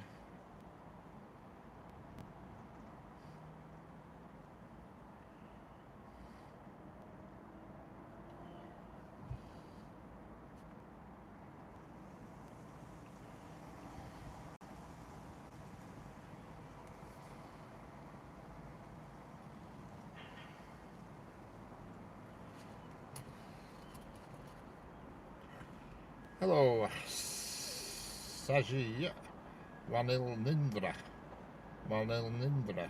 Vanil Nindra. How's it going?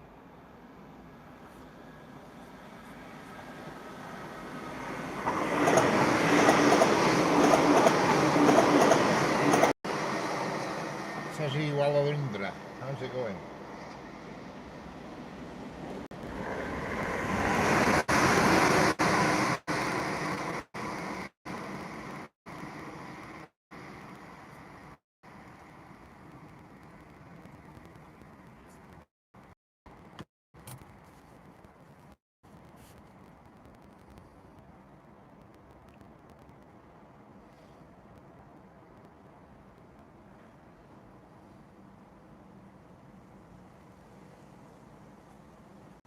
Right, I'm back. Did you miss? Yeah, I did, Tommy. Did I ever? I missed you big time. That was like a train race. Yes, it was, Lisa. A northern race. Northern Class 331 versus Northern Class 195. And any minute now, we're going to get the freight train coming around that corner.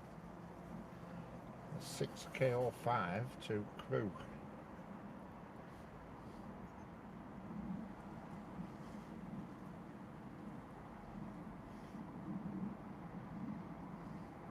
What have you been up to, Tommy? I bet you've been in fridge, haven't you? Speaking of going in fridge, where's Sanger? I haven't seen her for a day or two.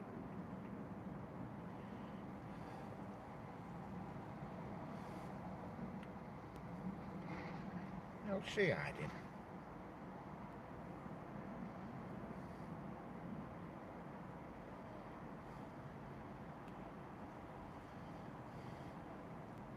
You can't see it on camera. Well, you can, but right at the top left, you can see a train going over the bridge.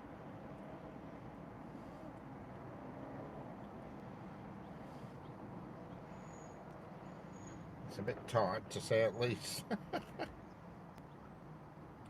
Had to deal with somebody and make a cup of tea. Excellent.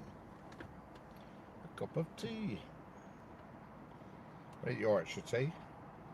A Tetley. Or probably some Irish brand that we've never heard of.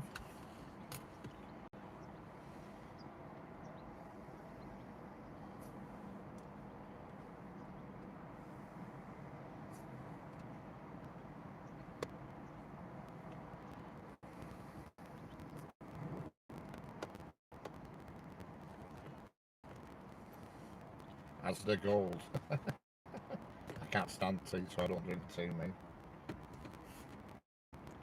I bought a massive batch of these Yorkshire tea. Do you think I'm a millionaire? I bought a big batch of these Nescafe quick shots or something they're called, and they're just like a sachet. Put it in a cup and that's it, boiling water and you're done. So you don't need to have milk, coffee, just have these quick shot things. Quick shot, a hot shot or something like that. Right?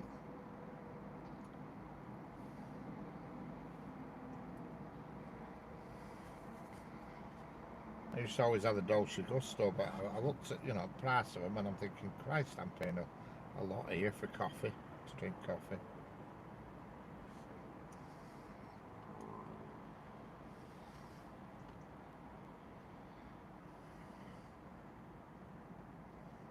I was impressed with it though, as it literally squeezes 99% of the juice out.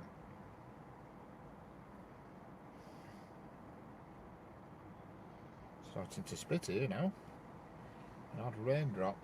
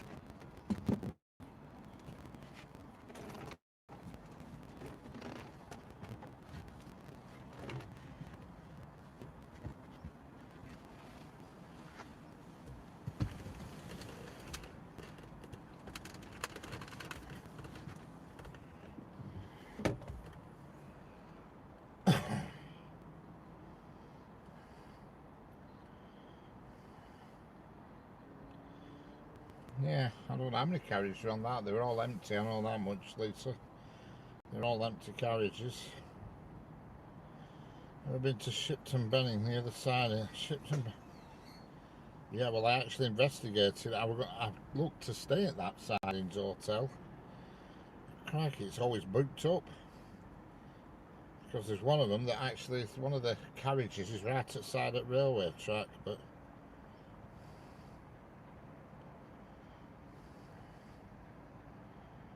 yeah. Hello, Pennsylvania Rail fan. Yeah, that's exactly right, Tommy. The Honda CG of the railway. It is, you're right. They're everywhere at 66s.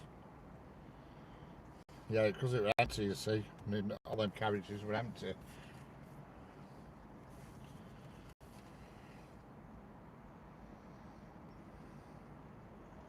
They're not called carriages, what do you call them? They're called. Uh, I don't know what the flipping proper term is for them.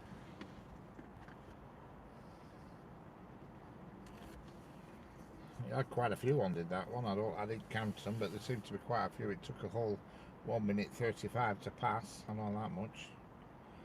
Wagons, yeah, could be.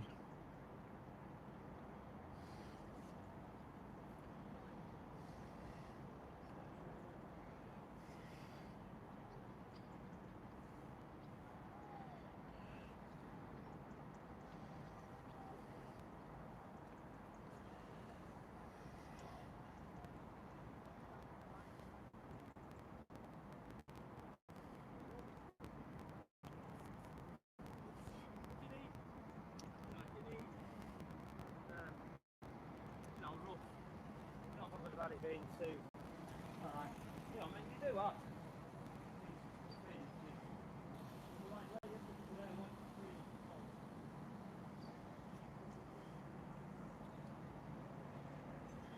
We've got some mayonnaise in Tesco. Yeah, bulky time, yeah.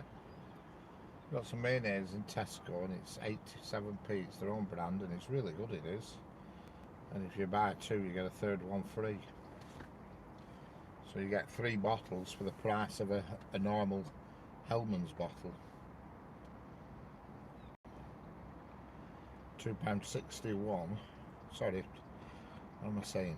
It's 3 for 2, so it's 2 times 8, 2 times 86.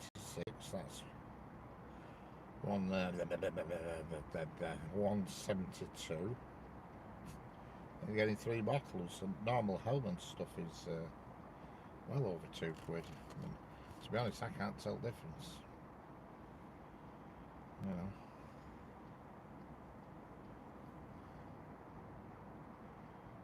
The one at the Tesco near me sold that. I went back in and said, I'm going to get some more of that at that price. And none bloody left. Sold them all. So on my way home today, I'm going to nip into the Tesco here and see if they've got any. And get some more.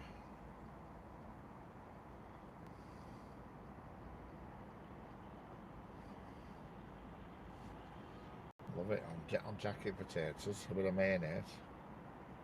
Superb.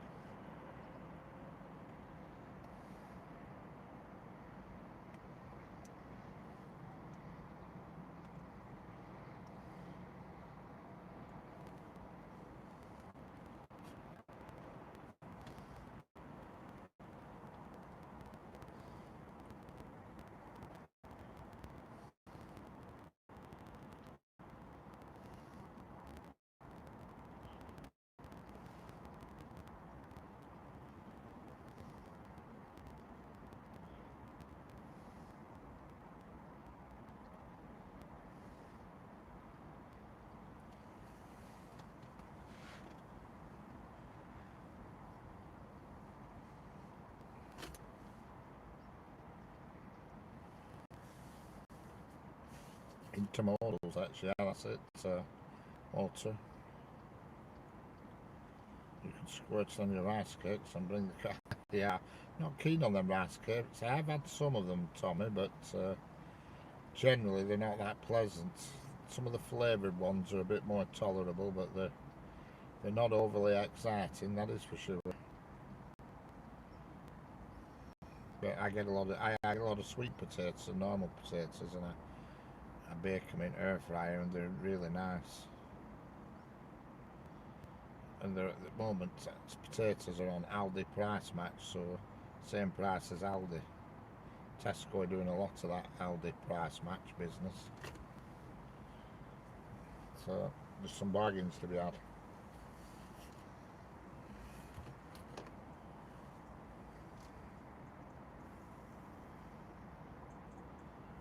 But I have tried them rice cakes, and the salt and vinegar ones aren't too bad. But the plain ones, you might as well just flipping go and get a flipping washing up sponge and chew on one of them.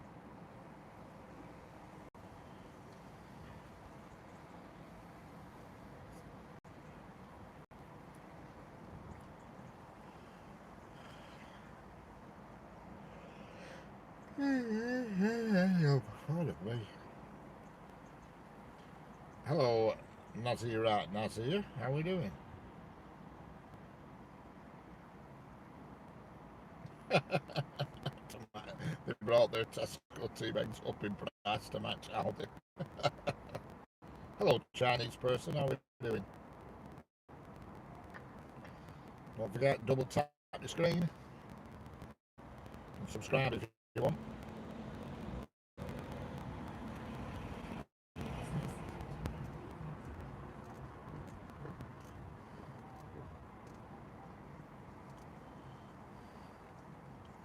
Yeah. The craftier Tesco's, so I've noticed in Tesco's, right? And I spotted it the other day. They've got baked beans in Heinz, which are bloody expensive to start with. And they've got them at, like in at £3, £3.40, whatever it is, for a 4-pack in like a cardboard thing. A 4-pack. And then you look at bottom shelf where nobody looks. If you buy 4 individually, it's cheaper.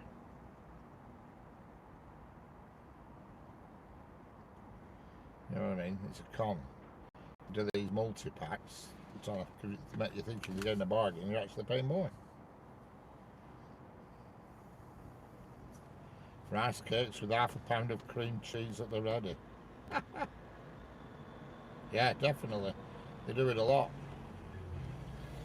Asda do it a lot, and Tesco. Well, I think they all do. Some guy parked right outside of me in a van with his fucking radio blowing his engine running. Bugger off. Can't stay where he's parking. As soon as somebody comes, I don't want to get past. Get lost.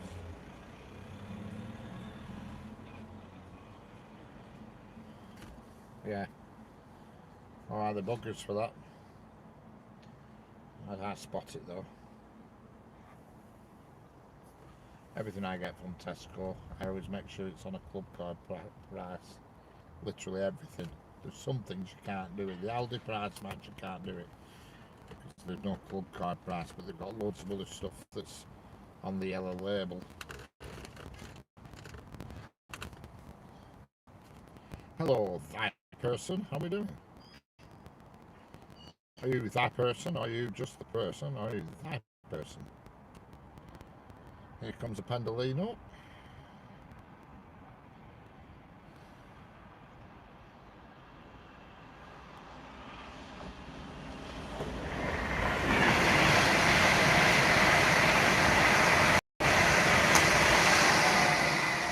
Big spikes of that pantograph there.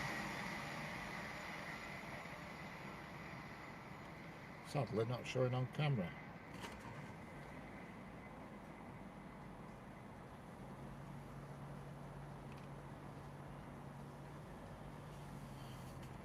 It means you're a person. Excellent. Whereabouts in the world are you? Whereabouts in the world are you, that person? You must be in England.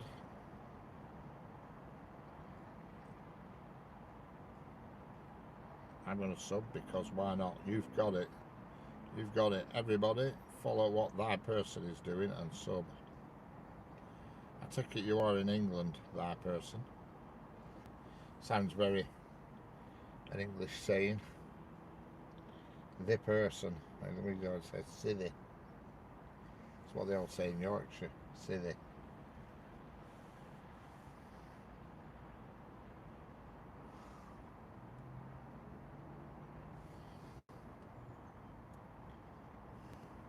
Why not indeed? Down in middle of England. Excellent.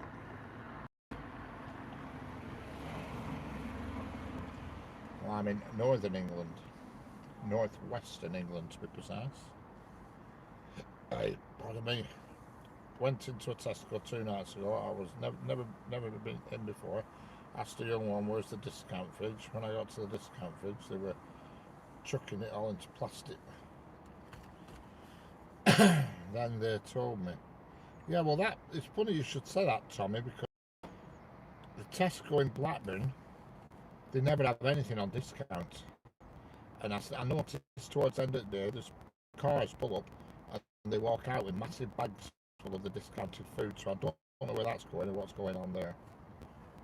But it's getting given to something or somebody. There's the RB wagon. It's getting given to something, somebody somewhere or somewhere. Because I've seen taxis pull up and they just come out with these big clear sacks full of discounted food.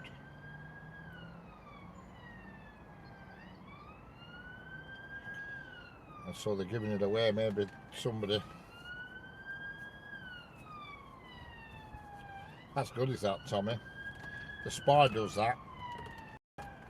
And I slipped up last time. I haven't been in Spar for a while because it's not really convenient for me. But I haven't been in for a while. But last time I went in, they were giving loaves of bread away, and I slipped up. I should have just took a load, but I never thought. I thought, Christ, what am I going to do with a load of bread? And then when I got home, I thought, God, I could have put it in the freezer. I was kicking myself, I were. 3 loaves. You know. Why not? I was stuffed. Yeah.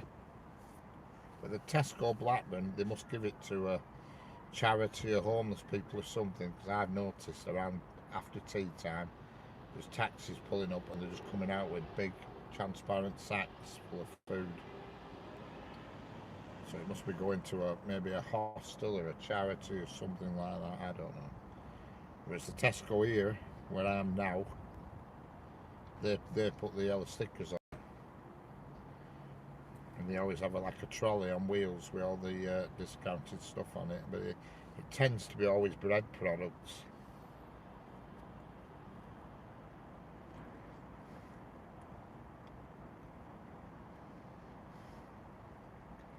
You know, these blue loaves and posh bread that people would never think of buying normally because of ridiculous price.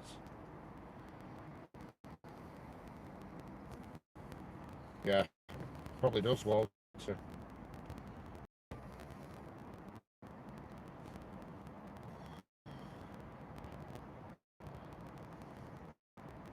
We have a thing. There's a thing in Blackburn, and it must be an Indian restaurant or something, and they drive around giving free meals out to the people who are on the streets. I've seen it with my own eyes, pulling up and giving them curries and stuff in like large silver, in silver trays with cardboard lid on.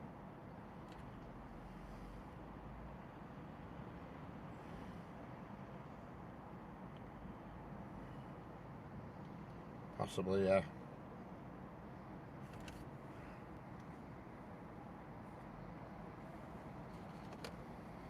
Possibly, Tommy, I don't know. But they never have anything discounted in Blackburn in the little Tesco's. But this one here, which is a little Tesco's as well, but it's a bit bigger than the Blackburn one, but it's still what they call a Tesco Express. They do have a discount trolley. Well, in fact, they have some fridges as well. They've got the fruit and veg fridge has always got discounted stuff in it, but you've got to be careful what you buy, because It's not good if you take it home and then it goes off at home, you know what I mean? You've got to try and tactically purchase.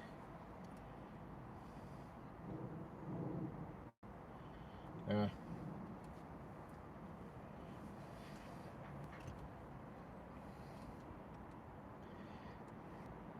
Yeah, they had, last time I went in the Leyland one, they had a stack of them, you know, I don't know if you've ever seen them, called coffee Renoirs.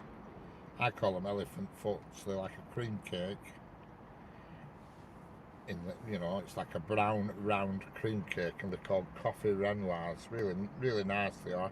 And they had a pile of them, loads of them in the fridge, all reduced. They must have been going out that day. I thought, crikey, I'll get some of them at that price. And this guy in front of me,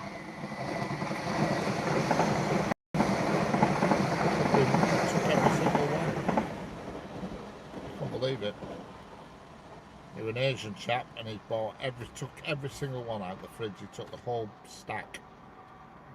I thought, you cheap. And I thought, I wonder if he's going to put them in his bloody shop or something. I thought, what could he possibly want all them for? Took over 10 boxes. Pretty nice.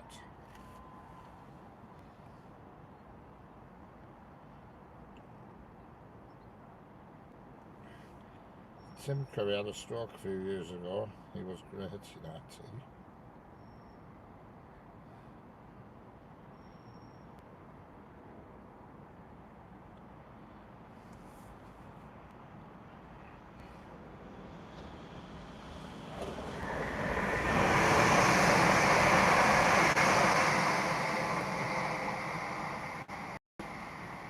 Yeah, when I used to go in Asda years ago, that's what it was like. It was literally like a free-for-all. It was ridiculous. People just grabbing tons of everything, and I just thought, you greedy sods, son. You know, so it was like a battleground. You were literally having to manhandle people out at where. But I don't touch Asda now, so it's never an issue.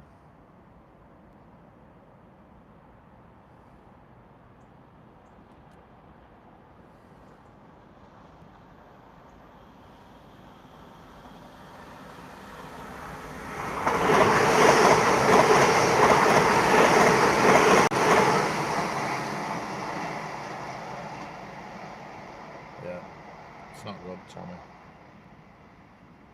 It's not good at all. There's a petrol station in, and they have these things. They have a machine there, an air pump, and fill your water bottle, fill your windscreen washer thing on it. It's got air and water, and it's got windscreen washer in ready mixed. So you put a pound in, you can pump your tyres up and fill your water bottle up on your car. So it's a good do, because that them 5 litre tubs that you buy at petrol station, they're like £5, 5-6 quid for one. So you can go and put a pound in there and fill your washer bottle all the way up for a quid. I was telling my mate about it, and he says, "Oh bloody hell, I'll go with some tubs." I said, "Yeah," and then they'll see you doing that, and you'll end up getting stopped. I thought, God, I wish I'd kept my gob shut. You know what I mean? He said, "Oh, I'll go and fill some tubs." I thought, bloody hell, just go and fill up when you need to. No, he's going by train. He is back to Doncaster, yeah. From Sheffield Station to Doncaster. It's only a short journey.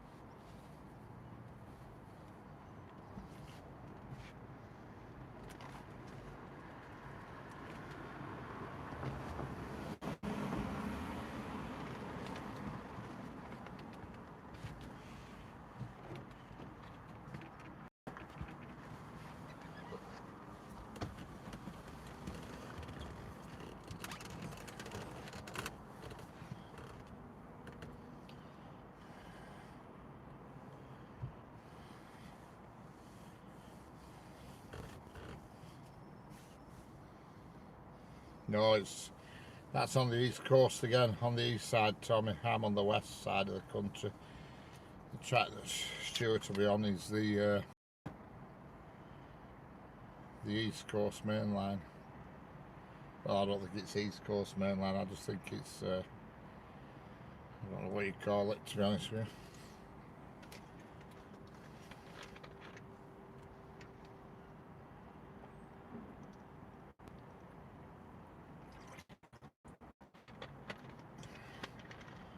If he comes past here, he's got on wrong train, big time.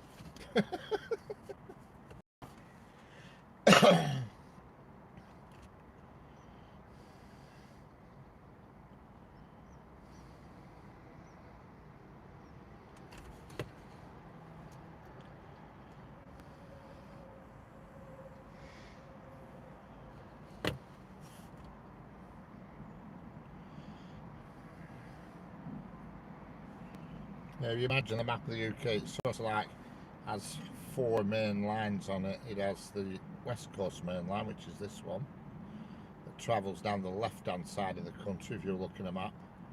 Then you've got the east coast main line that's down the right hand side of the country. Then you've got the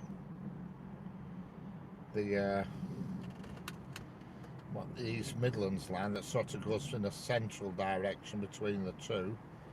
And then you've got the Great Western Railway that goes across the bottom, and also South East Railway that goes across the bottom. Whatever it's called, South Eastern and GWR, they go across the bottom. The South Eastern line goes below the home counties, and GWR goes down all the way down to the foot of the country.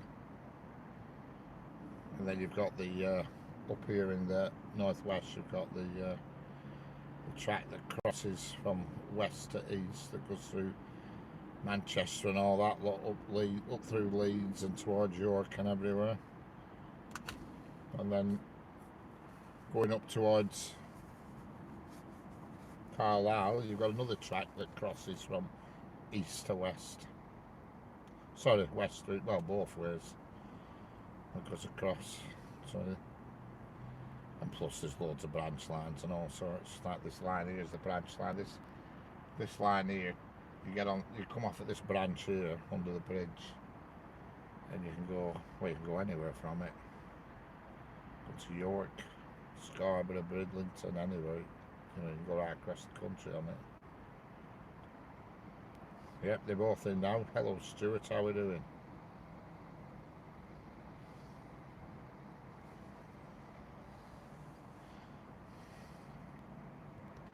This is it, I'm going to get it both barrels now.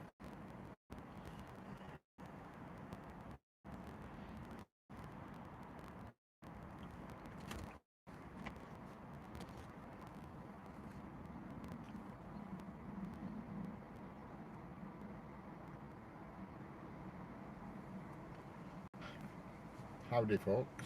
And Tommy.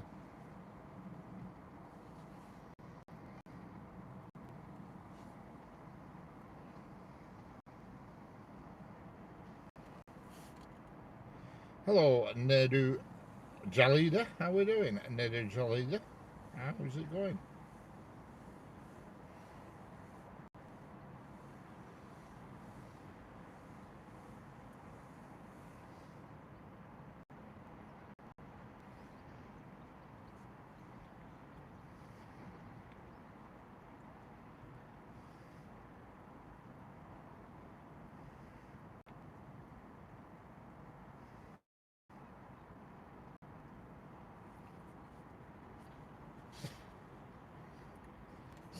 In the past.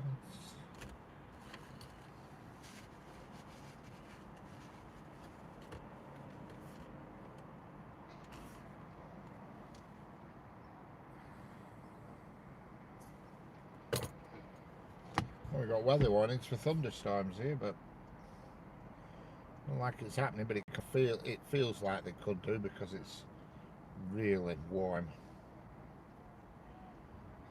It's about 25 now, I'd guess. It's really humid, so I can believe there is going to be some thunderstorms. We've got the warning today. I don't think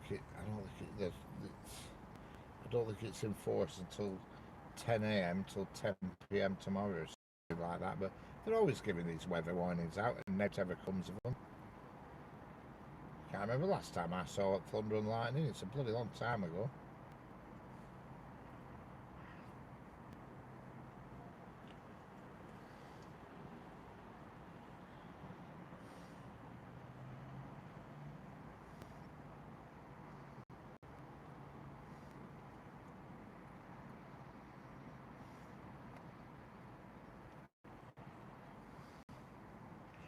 Certainly humid. Yeah, I doubt. These blue skies here, blue skies and clouds here at the moment above my head.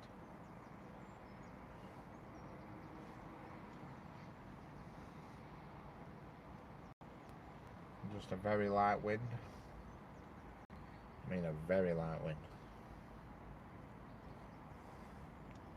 Yeah, I can't remember the last time I actually witnessed any thunder and lightning. It's a couple of years ago, you know what I mean? Over my neck of woods. Unless it did it during night and I didn't notice it, but certainly as far as seeing it, it's a long time ago. I remember it when I was the nozzle twistle, because yeah, we are indoors, Stuart. I'm not. I'm actually looking up at the sky now as we speak. And I can see white clouds and blue skies. And trees. Lots of trees. Your favourite, Stuart?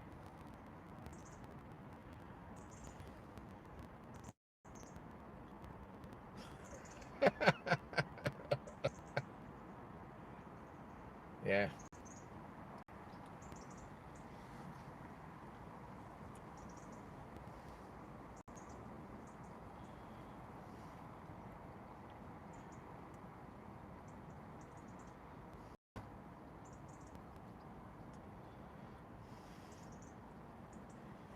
Yeah, correct, Stuart.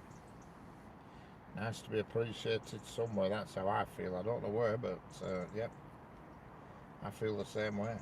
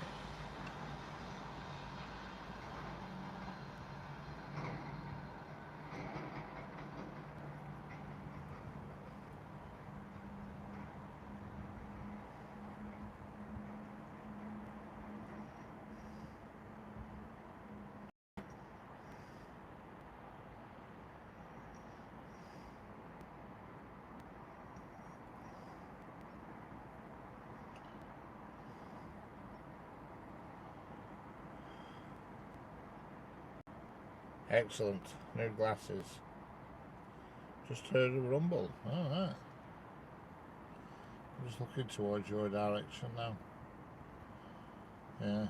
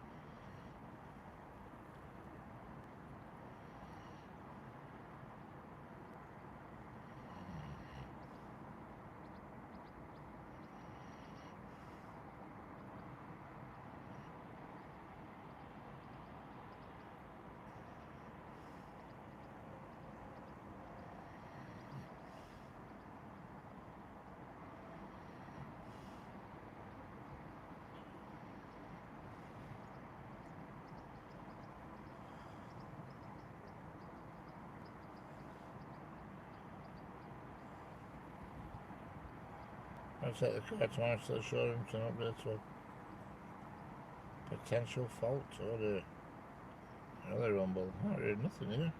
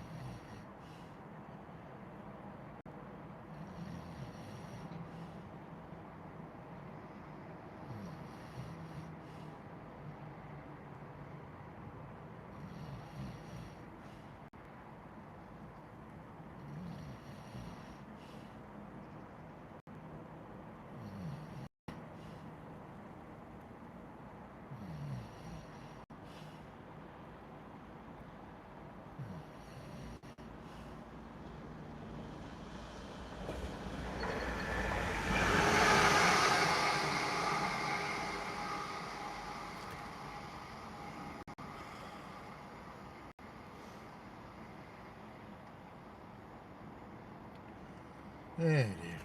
Well, I'm dozing off then.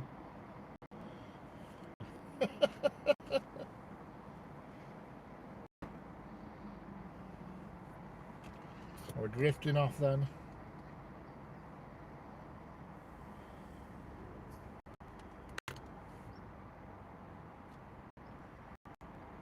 Melting in this warmth.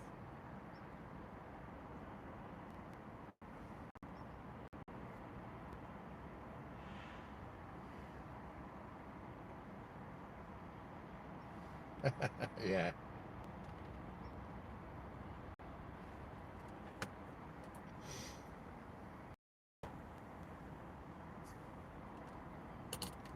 It's weird because you open your eyes and for the first couple of seconds think, God, where am I? And you open your eyes and think, where am I? All you see is a road ahead. You think, oh.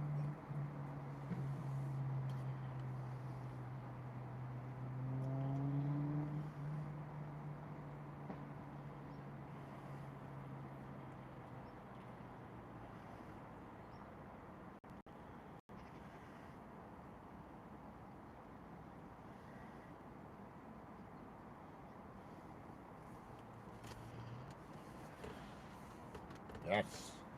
Hit the likes, everybody, correct, and subscribe if you're new. Why not, indeed. That's the log tree. No, it's not running this week, Walter. I've looked for the full week and it's not. I can only presume that the factory's shut for a week.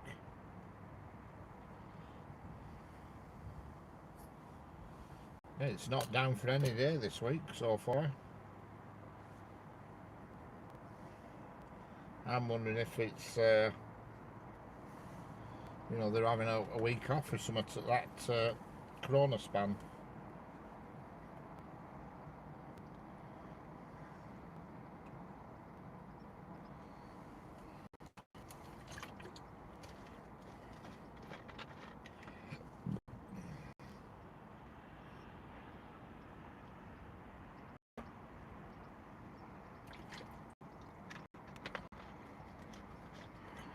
It's his age, yeah. Yeah.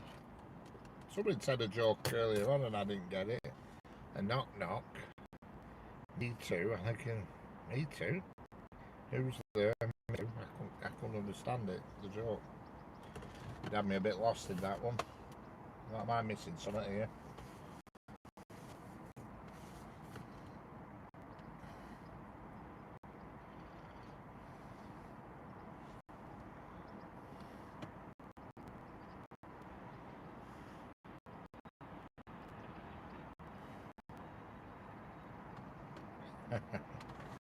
I know, wait, I woke up again now after having that 5-minute superpower nap.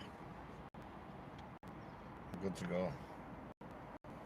So my next stream after today will be Friday. That's what I'm going to do. I'm going to do Monday, Wednesday, Friday. And get into a routine. Rather than just hit and miss. Monday, Wednesday and Friday. I might throw an odd week on it because what I'm going to do is I need to film some other bits in between. So Tuesday and Thursday I can film other bits, different bits, you know.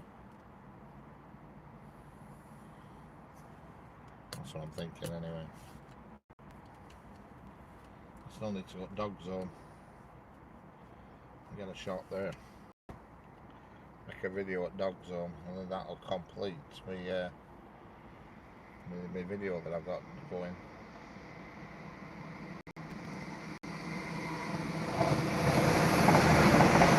And I can finish it because I'm editing that through OBS with, you know, I'm going to make the video and then put a voiceover to it rather than try and do a voiceover live. I'm going to put a voiceover to it afterwards because it's easy. You can think about what you're saying a bit. So that'll be coming. That will be, yeah. It's just one video, Tommy. It's nearly finished now.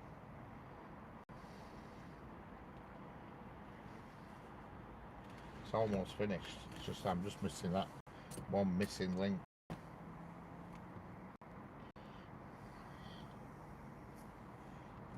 It'll be about half an hour long, the video, I think. I haven't put it together yet. I've got all the clips I need, but some of them I've already done. Because it's hello, Georgina Divine. Hello, and how's life in Sedgeburg?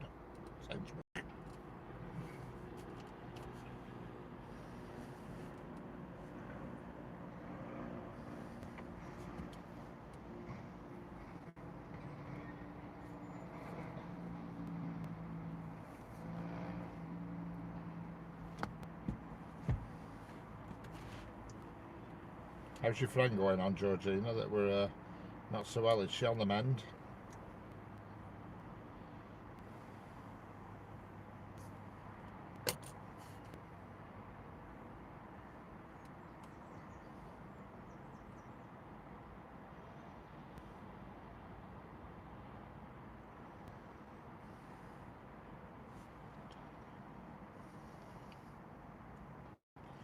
Yeah, rather than talking the actual video as I film it,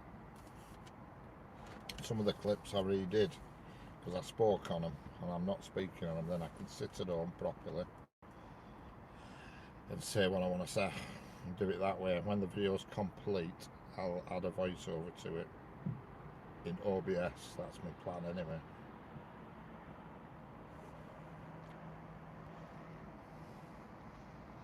There is a few maps in it that I need to obtain off Google Maps, and little illustrations as well. Stuff. I would like to put some photographs in it that off the internet, but it's a bit of a tricky game to play, is that?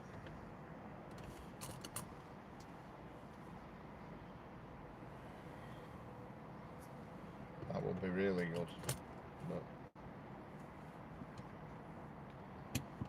copyright and all that business, you have to be careful. You have to tread carefully.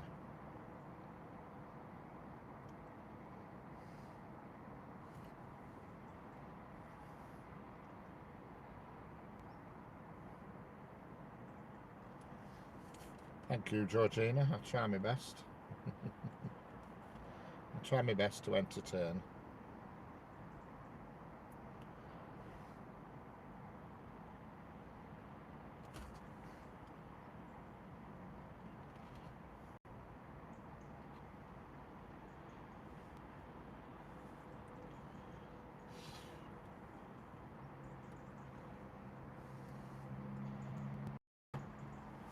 You know, Jack Hargreaves only brought a cameraman with him to keep costs down and overdub sounds and voice pack. Yeah.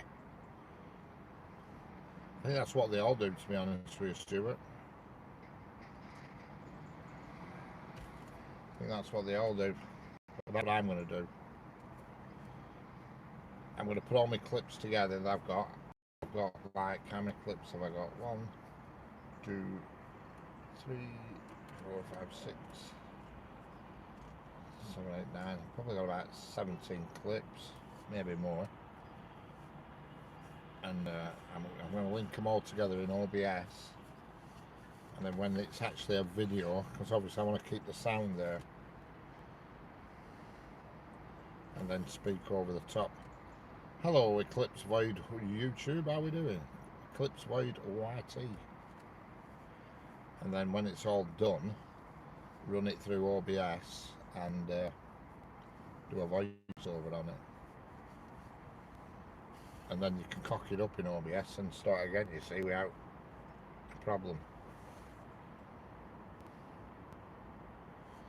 But I would like to pinch a few pictures. It will be a long time before Debbie's back at work, right? So she's obviously still under the weather.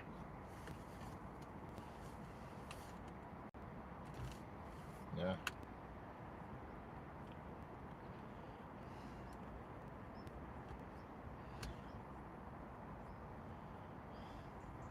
Peter got a dragon. When is the next bus coming along?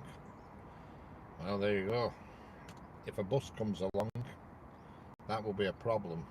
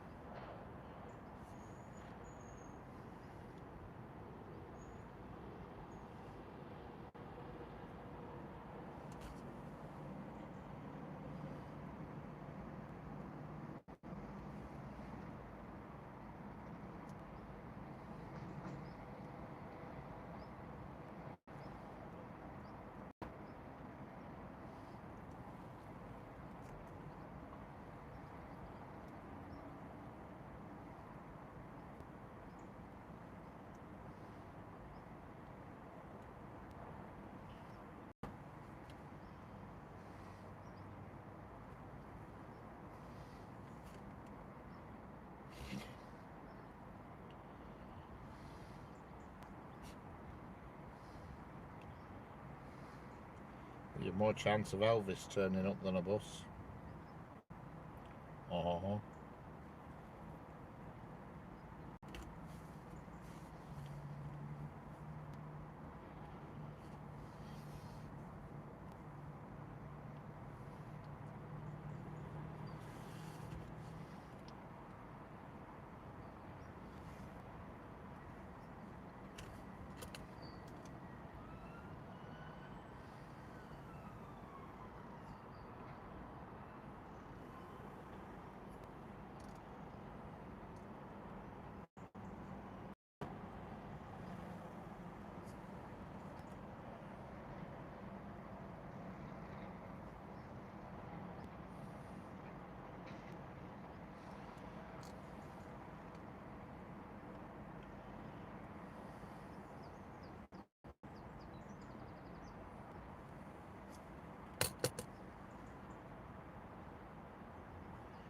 like my last video, I planned to get footage on the telescopic in time, so I had to borrow a pic of Wikipedia instead.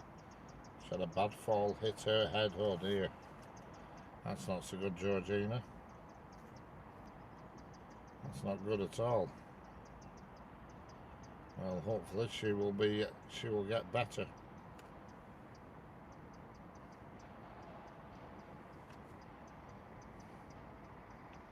A knock to the head's never good. No good at all.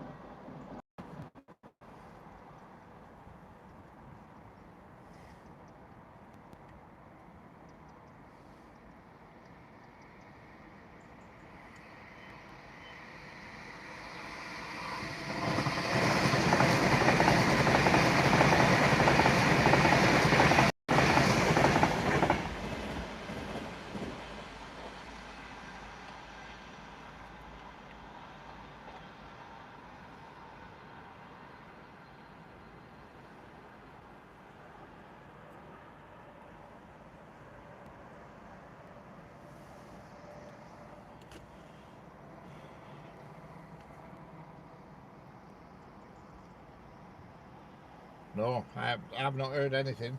Last time I spoke to Sanger Tommy was on Monday. I've not heard anything since. I spoke to her on Monday afternoon and I've not heard anything since. I think her daughter-in-law's been in hospital. So I think she's having a bit of bother, a bit busy, I think, I get the feeling.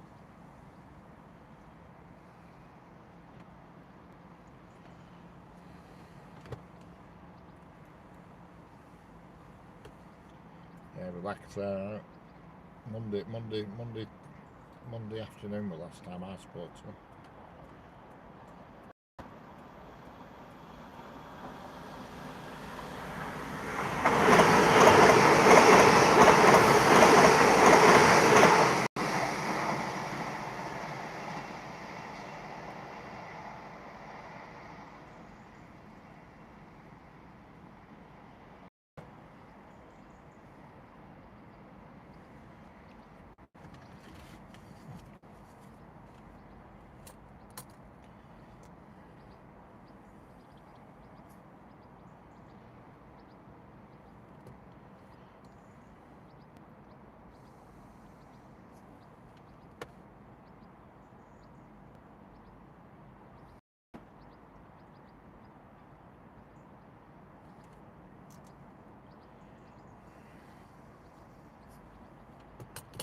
Don't forget, if you're new here, subscribe and double tap the screen. Get the old big thumbs up. Let's get back thumbs up past 100. We're at 96. Let's get it over the 100 mark.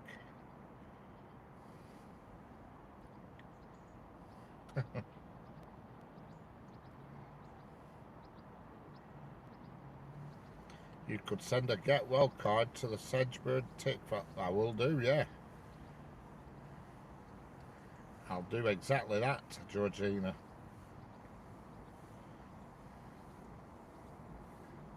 We can leave that in my capable hands.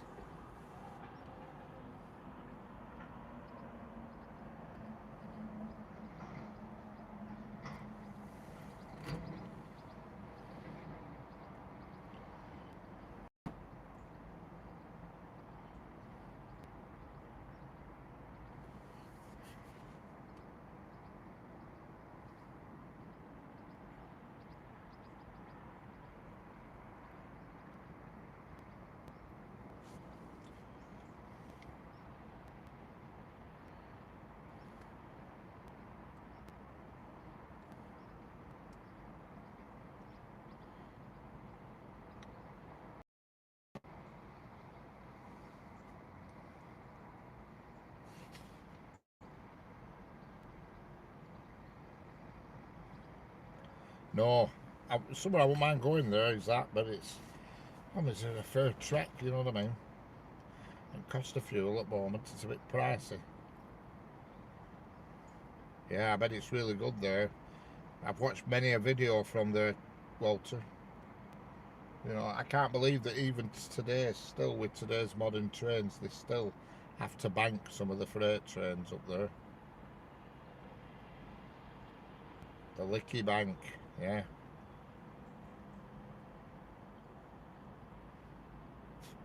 It's going gloomy, and Tommy is still here, so it's not all good news. Stuart. Yeah. I've watched loads of video at that Licky Bank. Loads of it.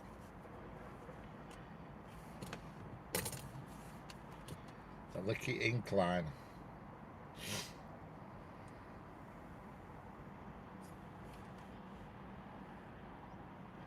One more thumbs up and we've hit 100.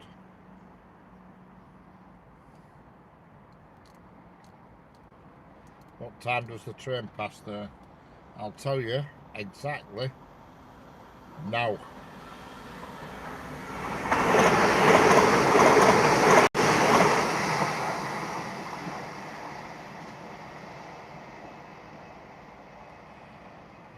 Just for you, Marcia Christina, just for you.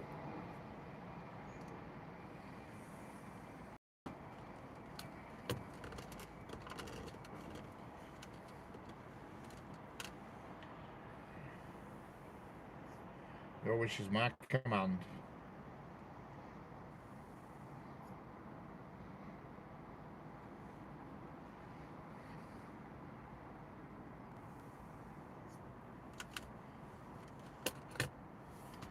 That was quite fast for that train. It usually crawls through, does that train. It's every hour. That particular train, exactly, 29 minutes past, usually crawls through.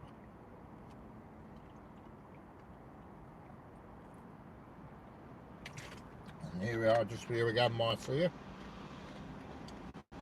You can have another.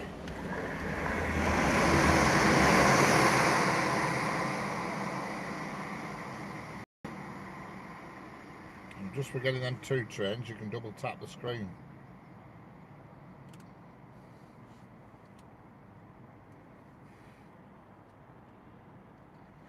Thank you very much. We're at 101 now.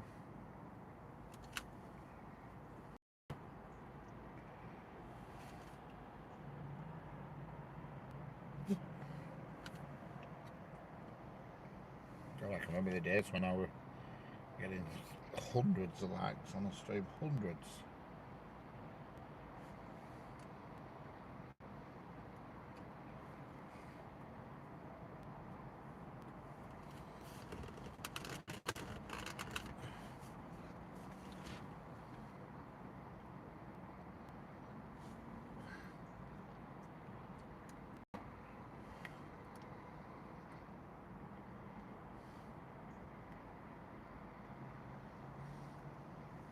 Hey, oh, what's this coming? I can tell you this is a tamper, and it's going to Crewe Gressley Bridge. Some sort of tamping machine, I think. Can't tell until it actually gets side onto me.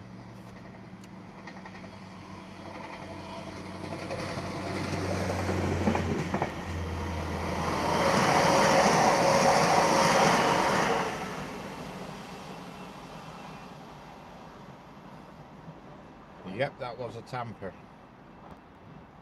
Quite clever machine that. It lifts the rails and then these vibrating things drop down.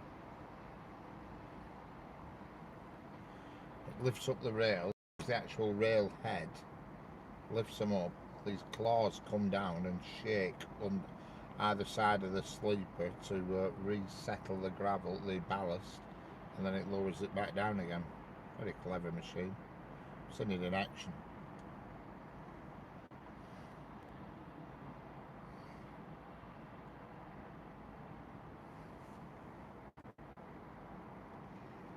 Going to Crewe Gresty Bridge.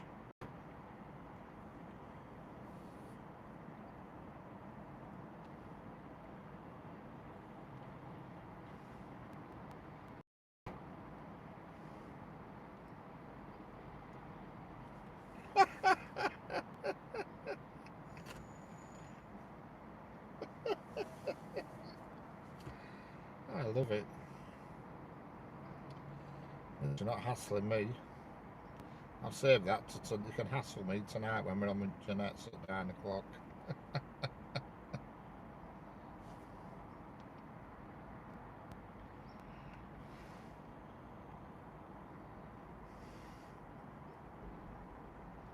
For sale, Tommy's slippers. Excellent.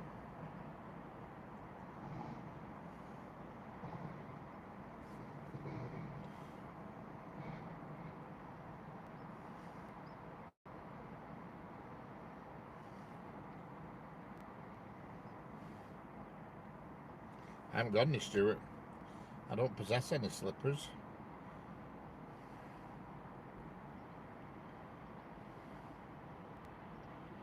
Yeah, is that what it is at bottom, Bronze Grove Station? I knew there was a station at bottom because I've seen the video of the bankers flying out the station sidings and ram the train up the hill, you know. Me and are just practicing for later. Excellent. I can't wait. I just, my life must have been so blooming dreary before you two came along. I don't even know where you came from. I don't even know how I come by you.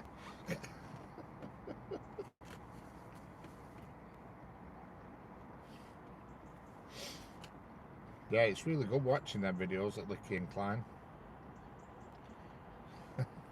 Yeah, well, alright, it's different now.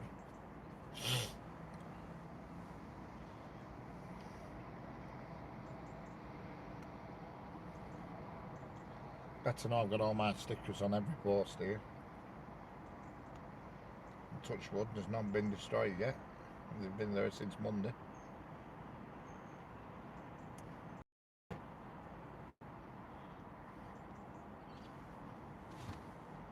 I was watching a video last night on YouTube and this woman, I don't know where she were. She weren't in England, I don't think. And she identified herself as a tree. And she was stood in a pot all day long. And she actually believed it, you know what I mean? She really did believe she was a tree, or a plant, and she was stood in a plant pot. And I don't know whether it was a boyfriend or just a friend or what were watering her and all this lot. What is going on in people's heads nowadays? Hello, Santabers, how are we doing? Santabers, how are we doing?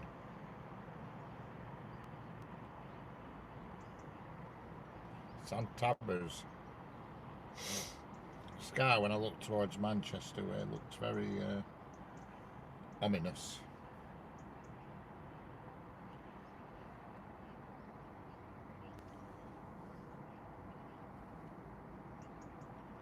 Beyond belief. Yeah, I can believe it. There's some nut jobs around in today's world, there really is. Flipping unbelievable. I can identify as whatever I want, yeah? Oh my god, they're mad.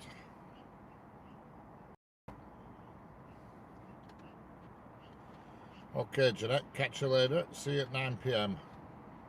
Don't be square, be there. Jeanette Pickering at 9 PM. She is live. Everybody's welcome. 9 PM on Jeanette's show, the Wednesday night, Wacky Wednesday show, and I will be there.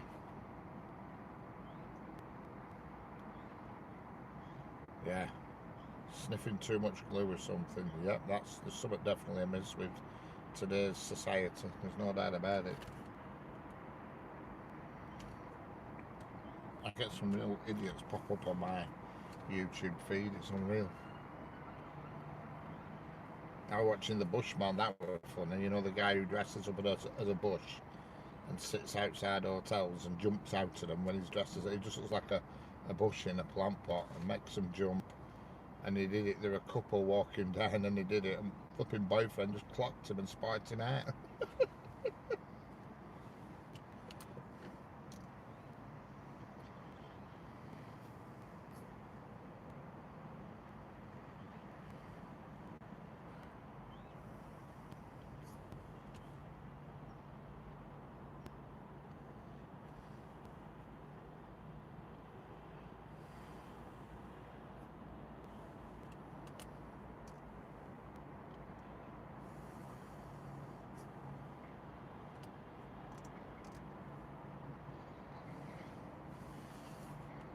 forget to set your alarm. Or is that Chris?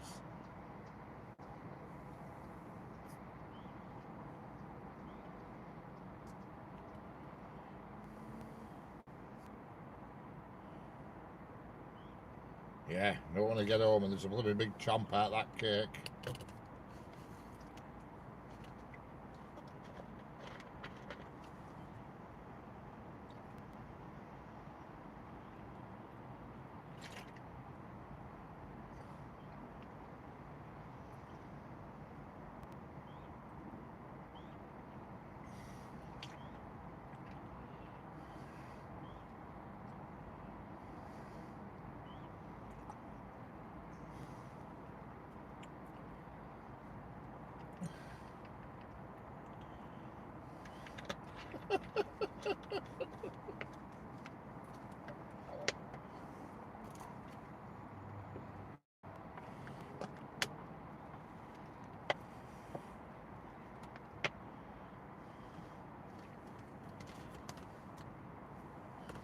Spitting again here, but only an odd spit.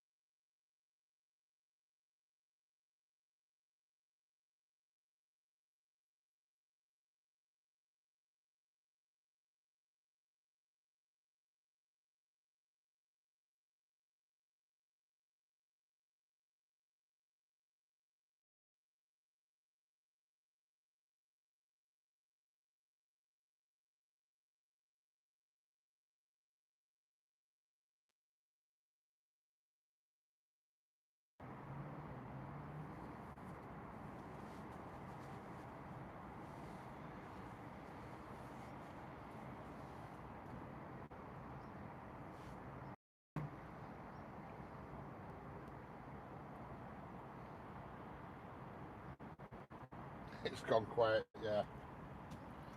Gone all quiet, so quiet.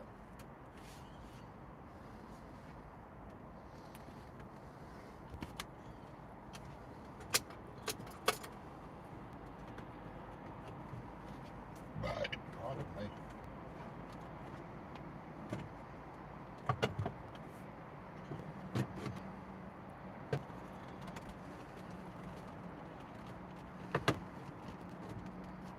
Bloody flies.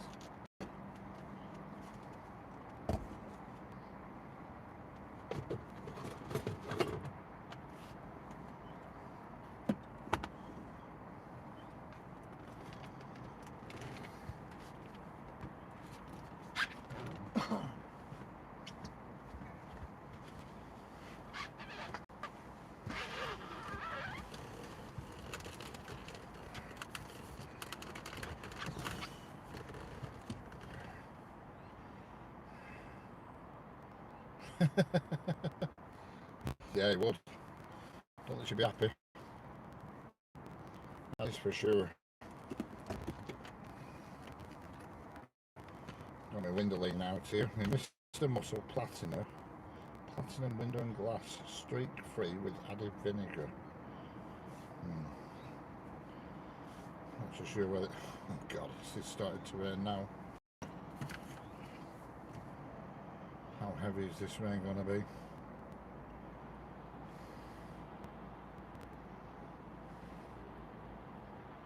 Catch you later, Stuart. See you tonight. If you're about. I'm sure you will be.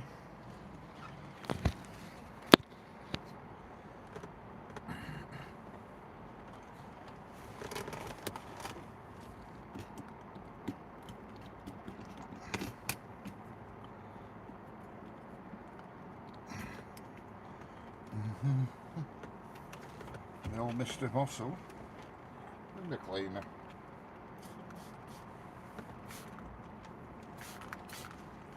It says street 3, but I'm very debatable on that street whether... Oh God, what's happened to my street?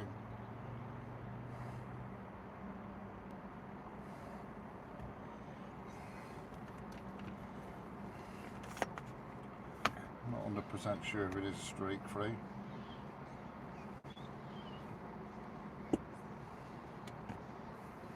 It's a bold claim.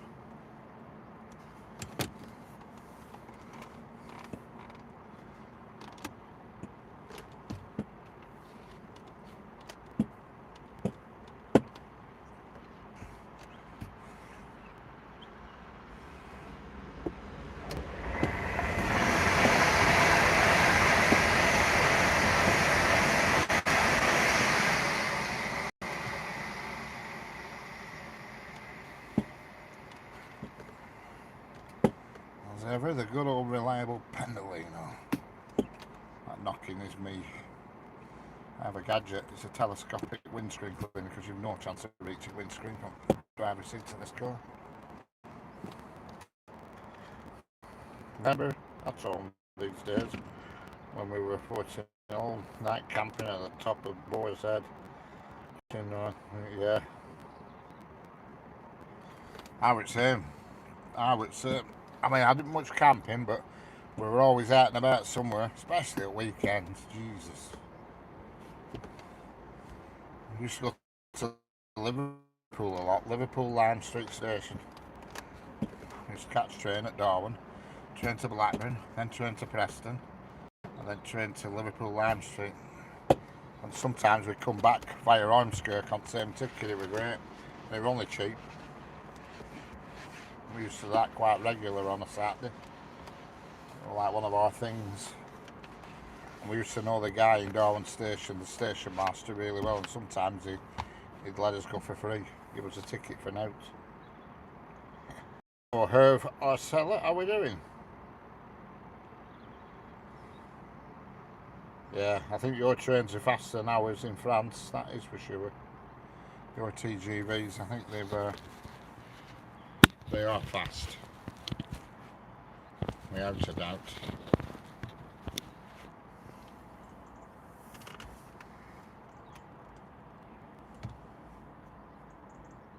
Excellent, glad to hear it.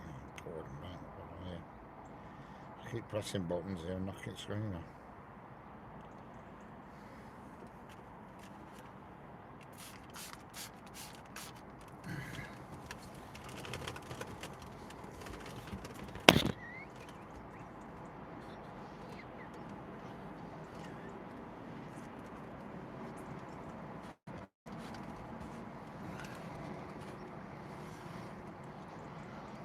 Glad to hear it. Yes, I'm doing fine, thanks.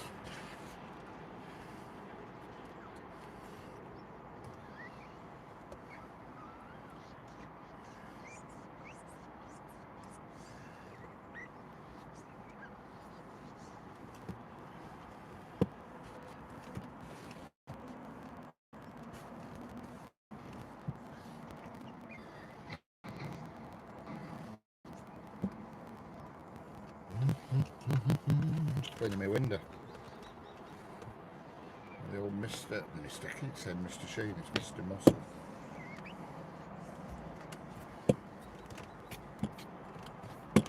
Back from work and trying to chill. Yeah, why not? Why not indeed?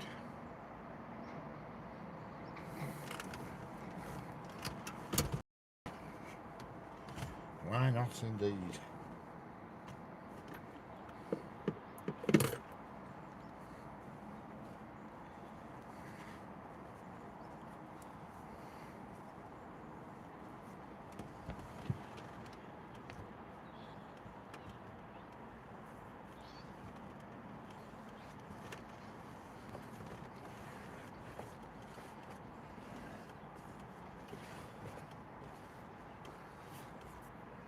Must be a street 3 formula, is this? Bloody street, because I can see them already. Hello, Canterbury Armani, how are we doing? Canterbury Armani, how is it going?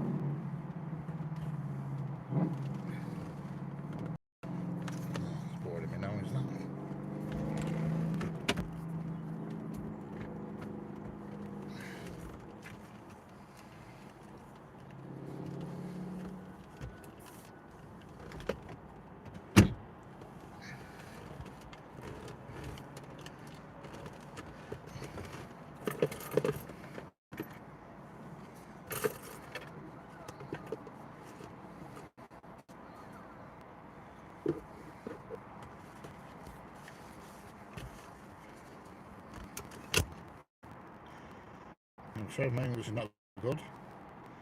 Hey, you're doing pretty good to me.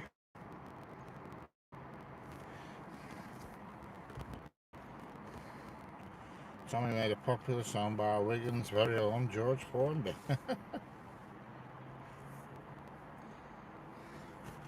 Must mean when you look through a window you can see any women streaking by. Yeah, it's supposed to be non-streak formulation, but I can see streaks. It's not bad, but I won't say it's non-streak formulation.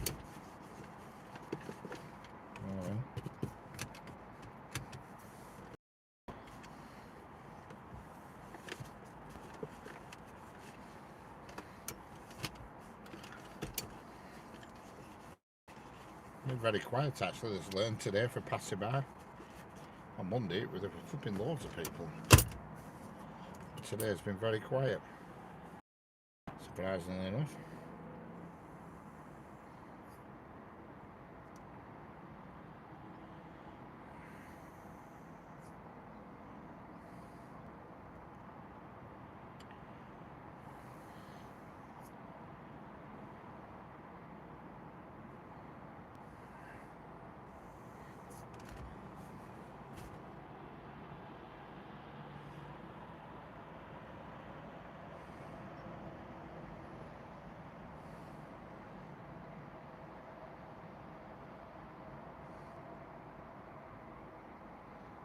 Definitely looks like it's going to be thundering and lightning. When I look towards Manchester, I thought I heard a little rumble then, but I'm not so sure. It's warm here.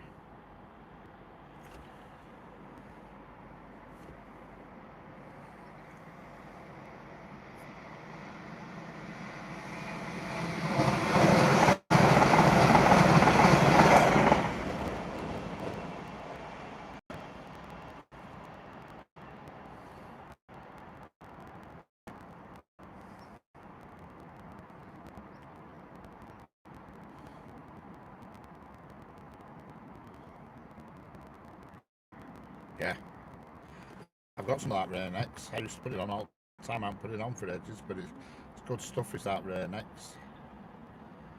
I have some in a little, well, it's just a little bottle with like a flip out lid. You just buff it on till you get rid of, like a white haze comes, then you buff it off. But yeah, it's good stuff. Is that? I bought a bottle years ago and it's lasted for ages.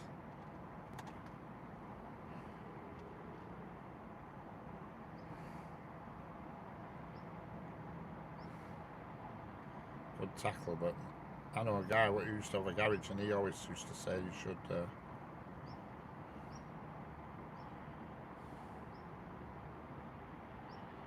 wow, see, you know where it's going through. Yeah, there's that train we're going through. I'm in the Preston area, and that train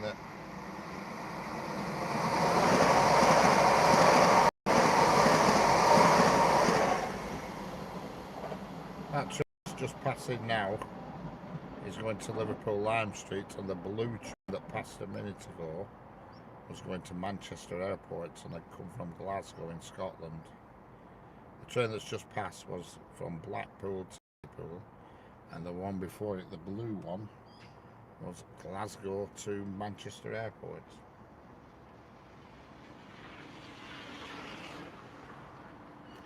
And that guy's just gone past on a wheel again. Comes past quite often, just on a wheel. Oh, that sounds weird, but that's all he does. He travels on one wheel.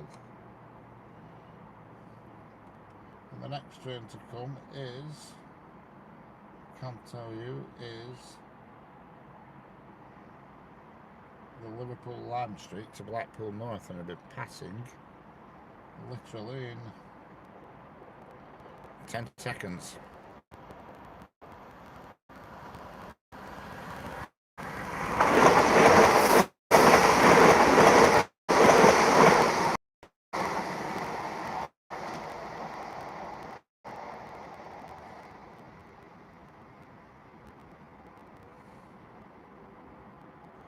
And that train is going to Blackpool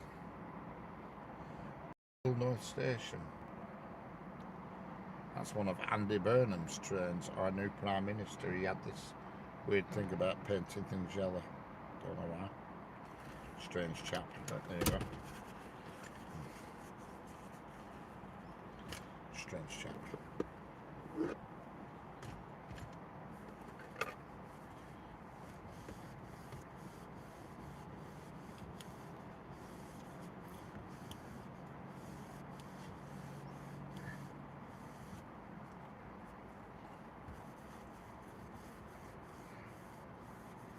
I love British trains, yeah. You would have done 20 years ago. They're not the same. They're not the same now as they used to be. 20, 30 years ago, they were all different. Now they're all very similar. They used to be all different classes and everything. Whereas now they are different classes, but they all look the same. You know, whereas in the old days, all the trains, passenger trains, were locomotive hauled. Much better. Them days are gone though, I'm afraid. Long gone.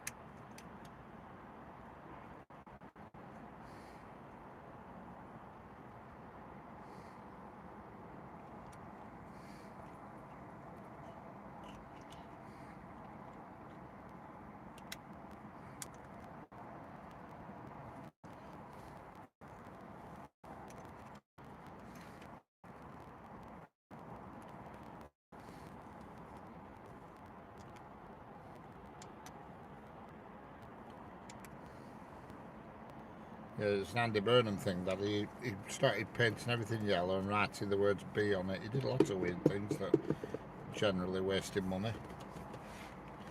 But that's a Labour trait, I'm afraid.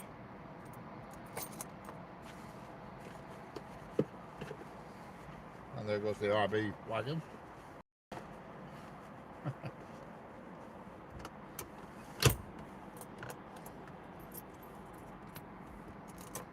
Grand wagon is that. Can't tell you. In France, at my area, they all look similar. Not many difference.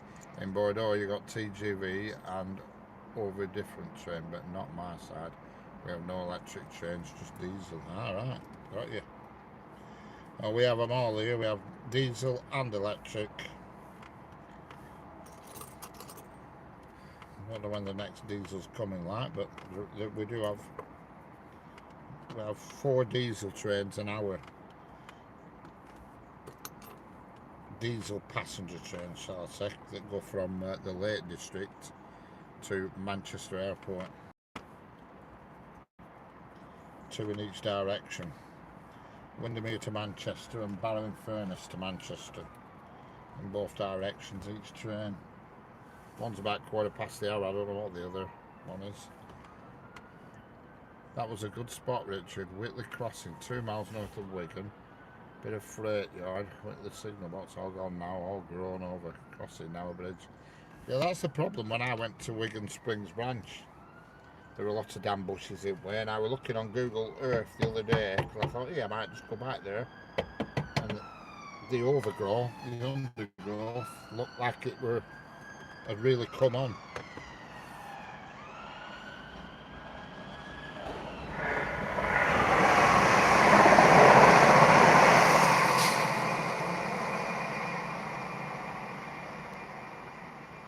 And that train there, Herve Harsella, is a TransPennine class 397, and that is going to Glasgow Central.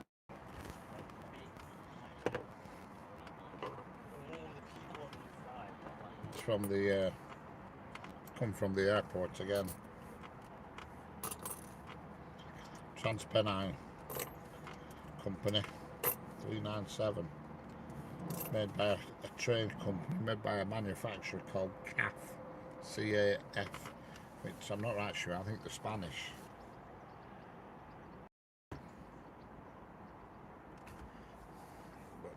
I'm not 100% sure they're Spanish, but I think they are. Either Spanish or Italian, I'm sure, one or two. Called CAF. The majority of our trains over here are made by either CAF or Alstom.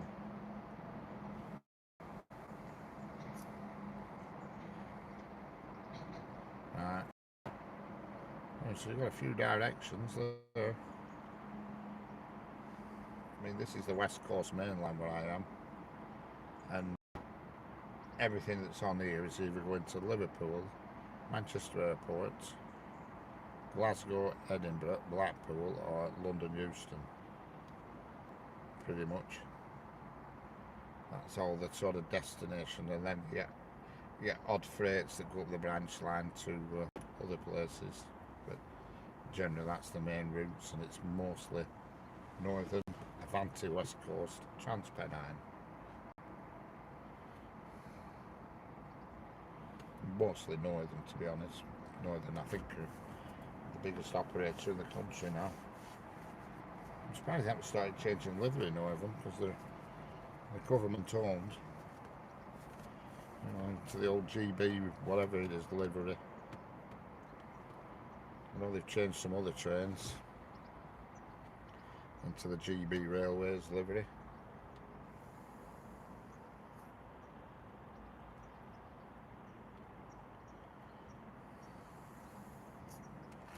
You know, you think with Northern being publicly owned, they'd be one at first to get it, but it doesn't seem that way.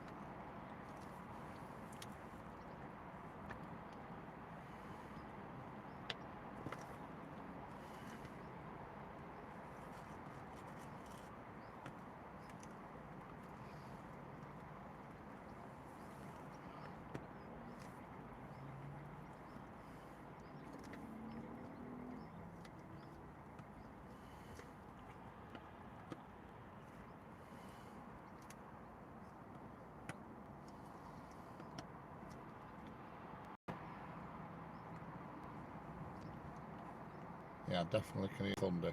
I heard some thunder then, over Manchester direction. Definitely heard that time.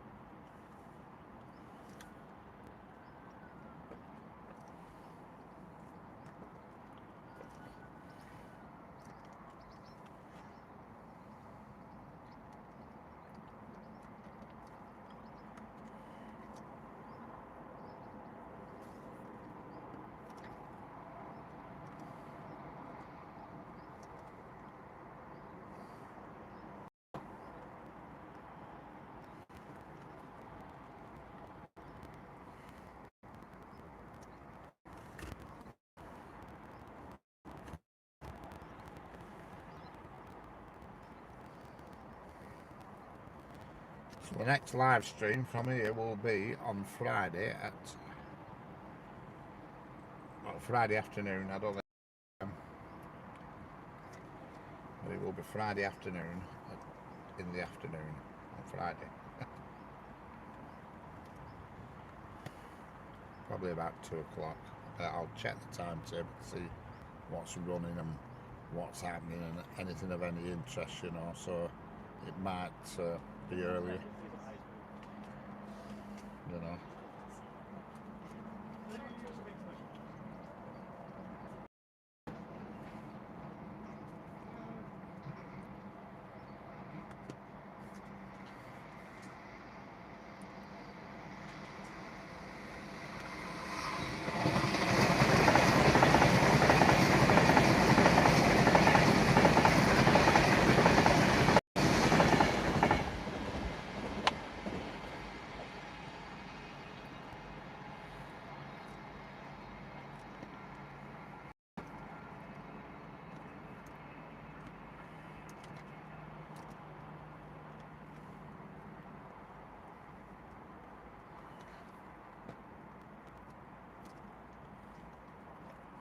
Hello, Leon Skoonis. How are we doing?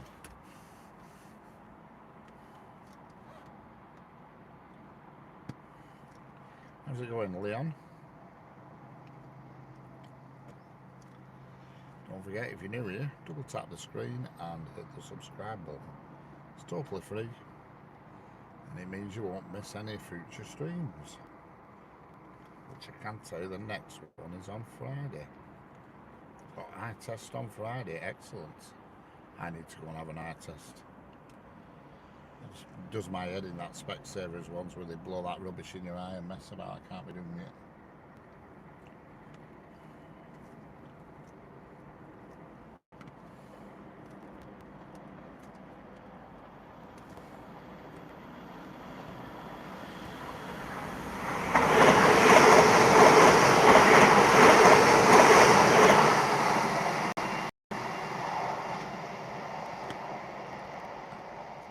Yes, Herr Varcella, and that I can tell you, that train is also going to Blackpool. The yard was put into use mainly by the Rail Connect coal mine giants, Coalboard, and had its 060 diesel shunter. Yeah, they had an 060 shunter, class 03 in Blackburn, and I remember that when I were in my teens, because there used to be a coal yard where the now Northern Rail depot is. That used to be some sort of coal yard, and there was always a little class 03 parked up in Blackburn. I always remember that. Catch you later, Georgina.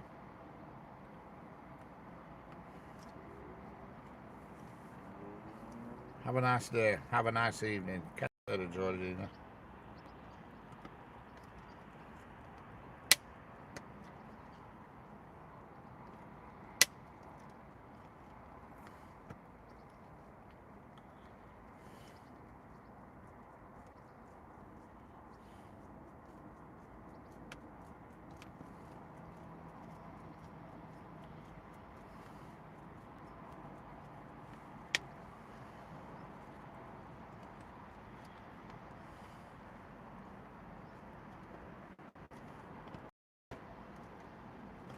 Hello, Deepak Sick. How are we doing, Deepak?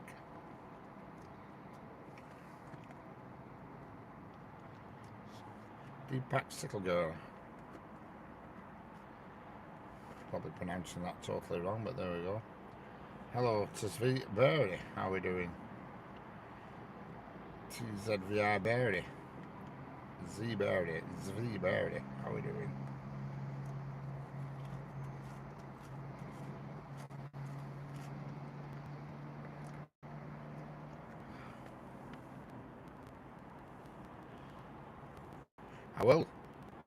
I will do, Georgina. I won't forget. To the Segberg TIC.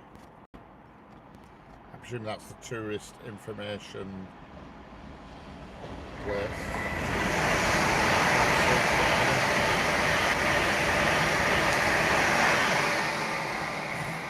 The TIC, Tourist Information Centre, isn't it?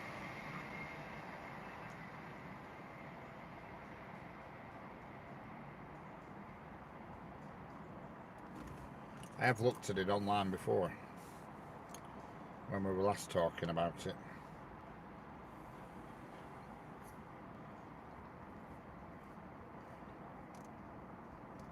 Where are the train going in the movie? That train was going to Scotland. That train was going to. I didn't actually see what it were, but I'm guessing it was Pendolino. It sounded like a Pendolino.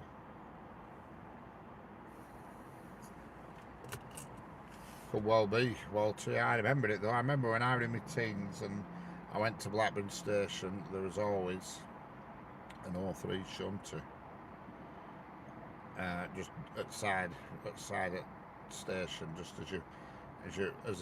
just before the corner, as if you will, when it went to Mill Hill, just before that corner, there was always an 03 parked up.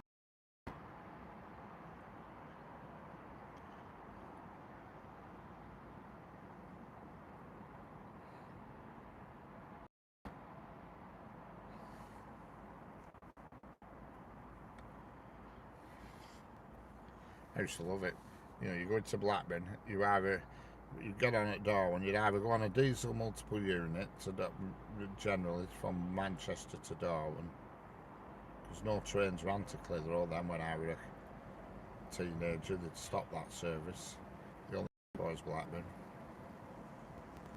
And then, because it always used to pull into the Bay platform, which I don't know what they were, platform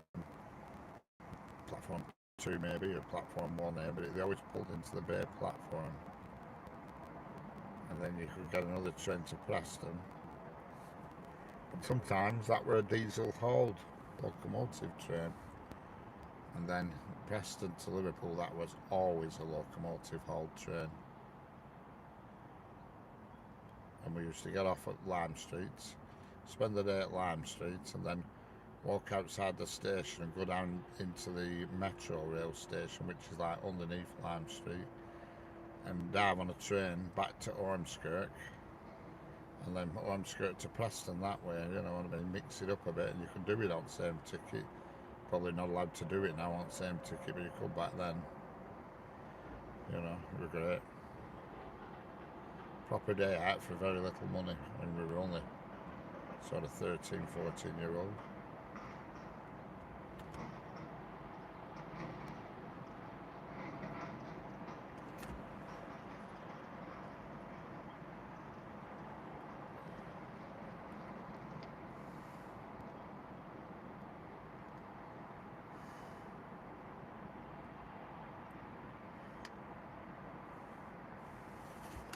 They made an electric one now, an electrical 8-shunter.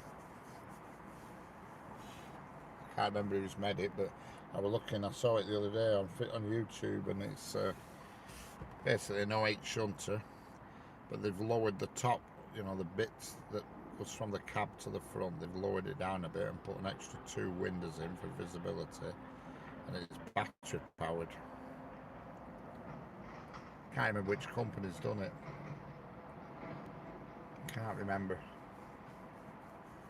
Somebody's done it.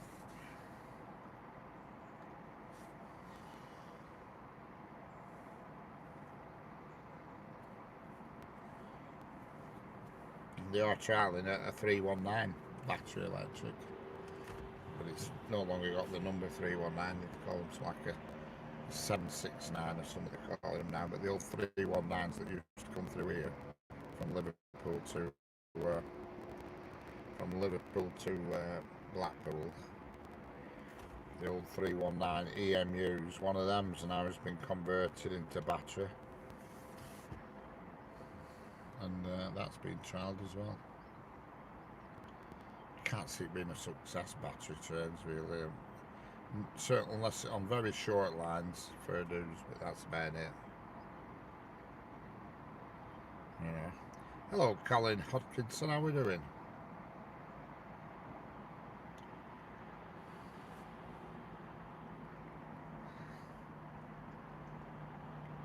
Positive Traction Limited, is that who it is? I saw it on something last night, I don't know if it was Facebook or YouTube, I can't remember, but so I looked at it, I thought, what the hell's that? And I realised it was no 8, but the body had been lowered to create better visibility out the cab. And the engine had been replaced by big batteries and traction motors.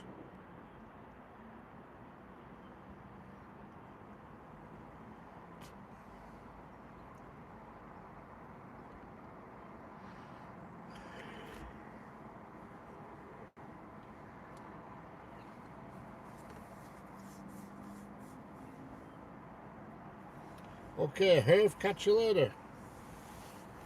Have a good remainder of your day. Catch you on the next one. I will be next doing this on Friday. Monday, Wednesday and Friday, that's my new schedule. And maybe an odd one at weekend, I don't know, but Monday, Wednesday and Friday, definitely.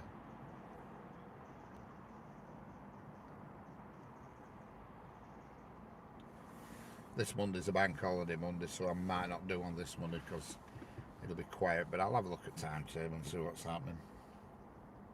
Catch you later, Herve.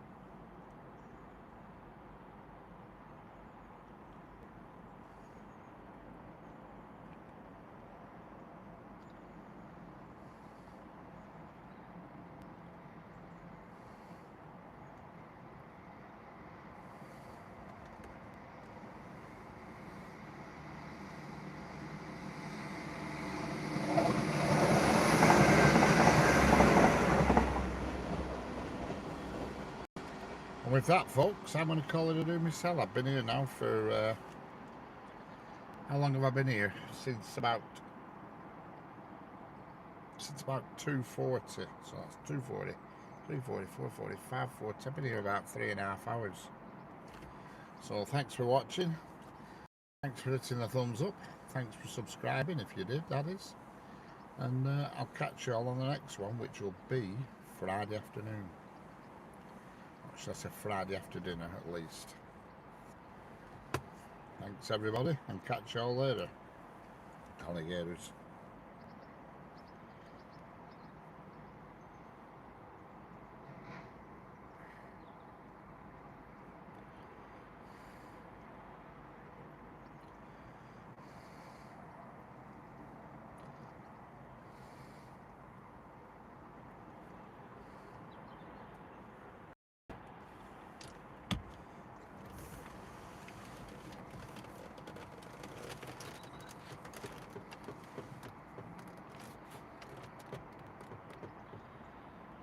Catch you all later, folks. Thanks for watching.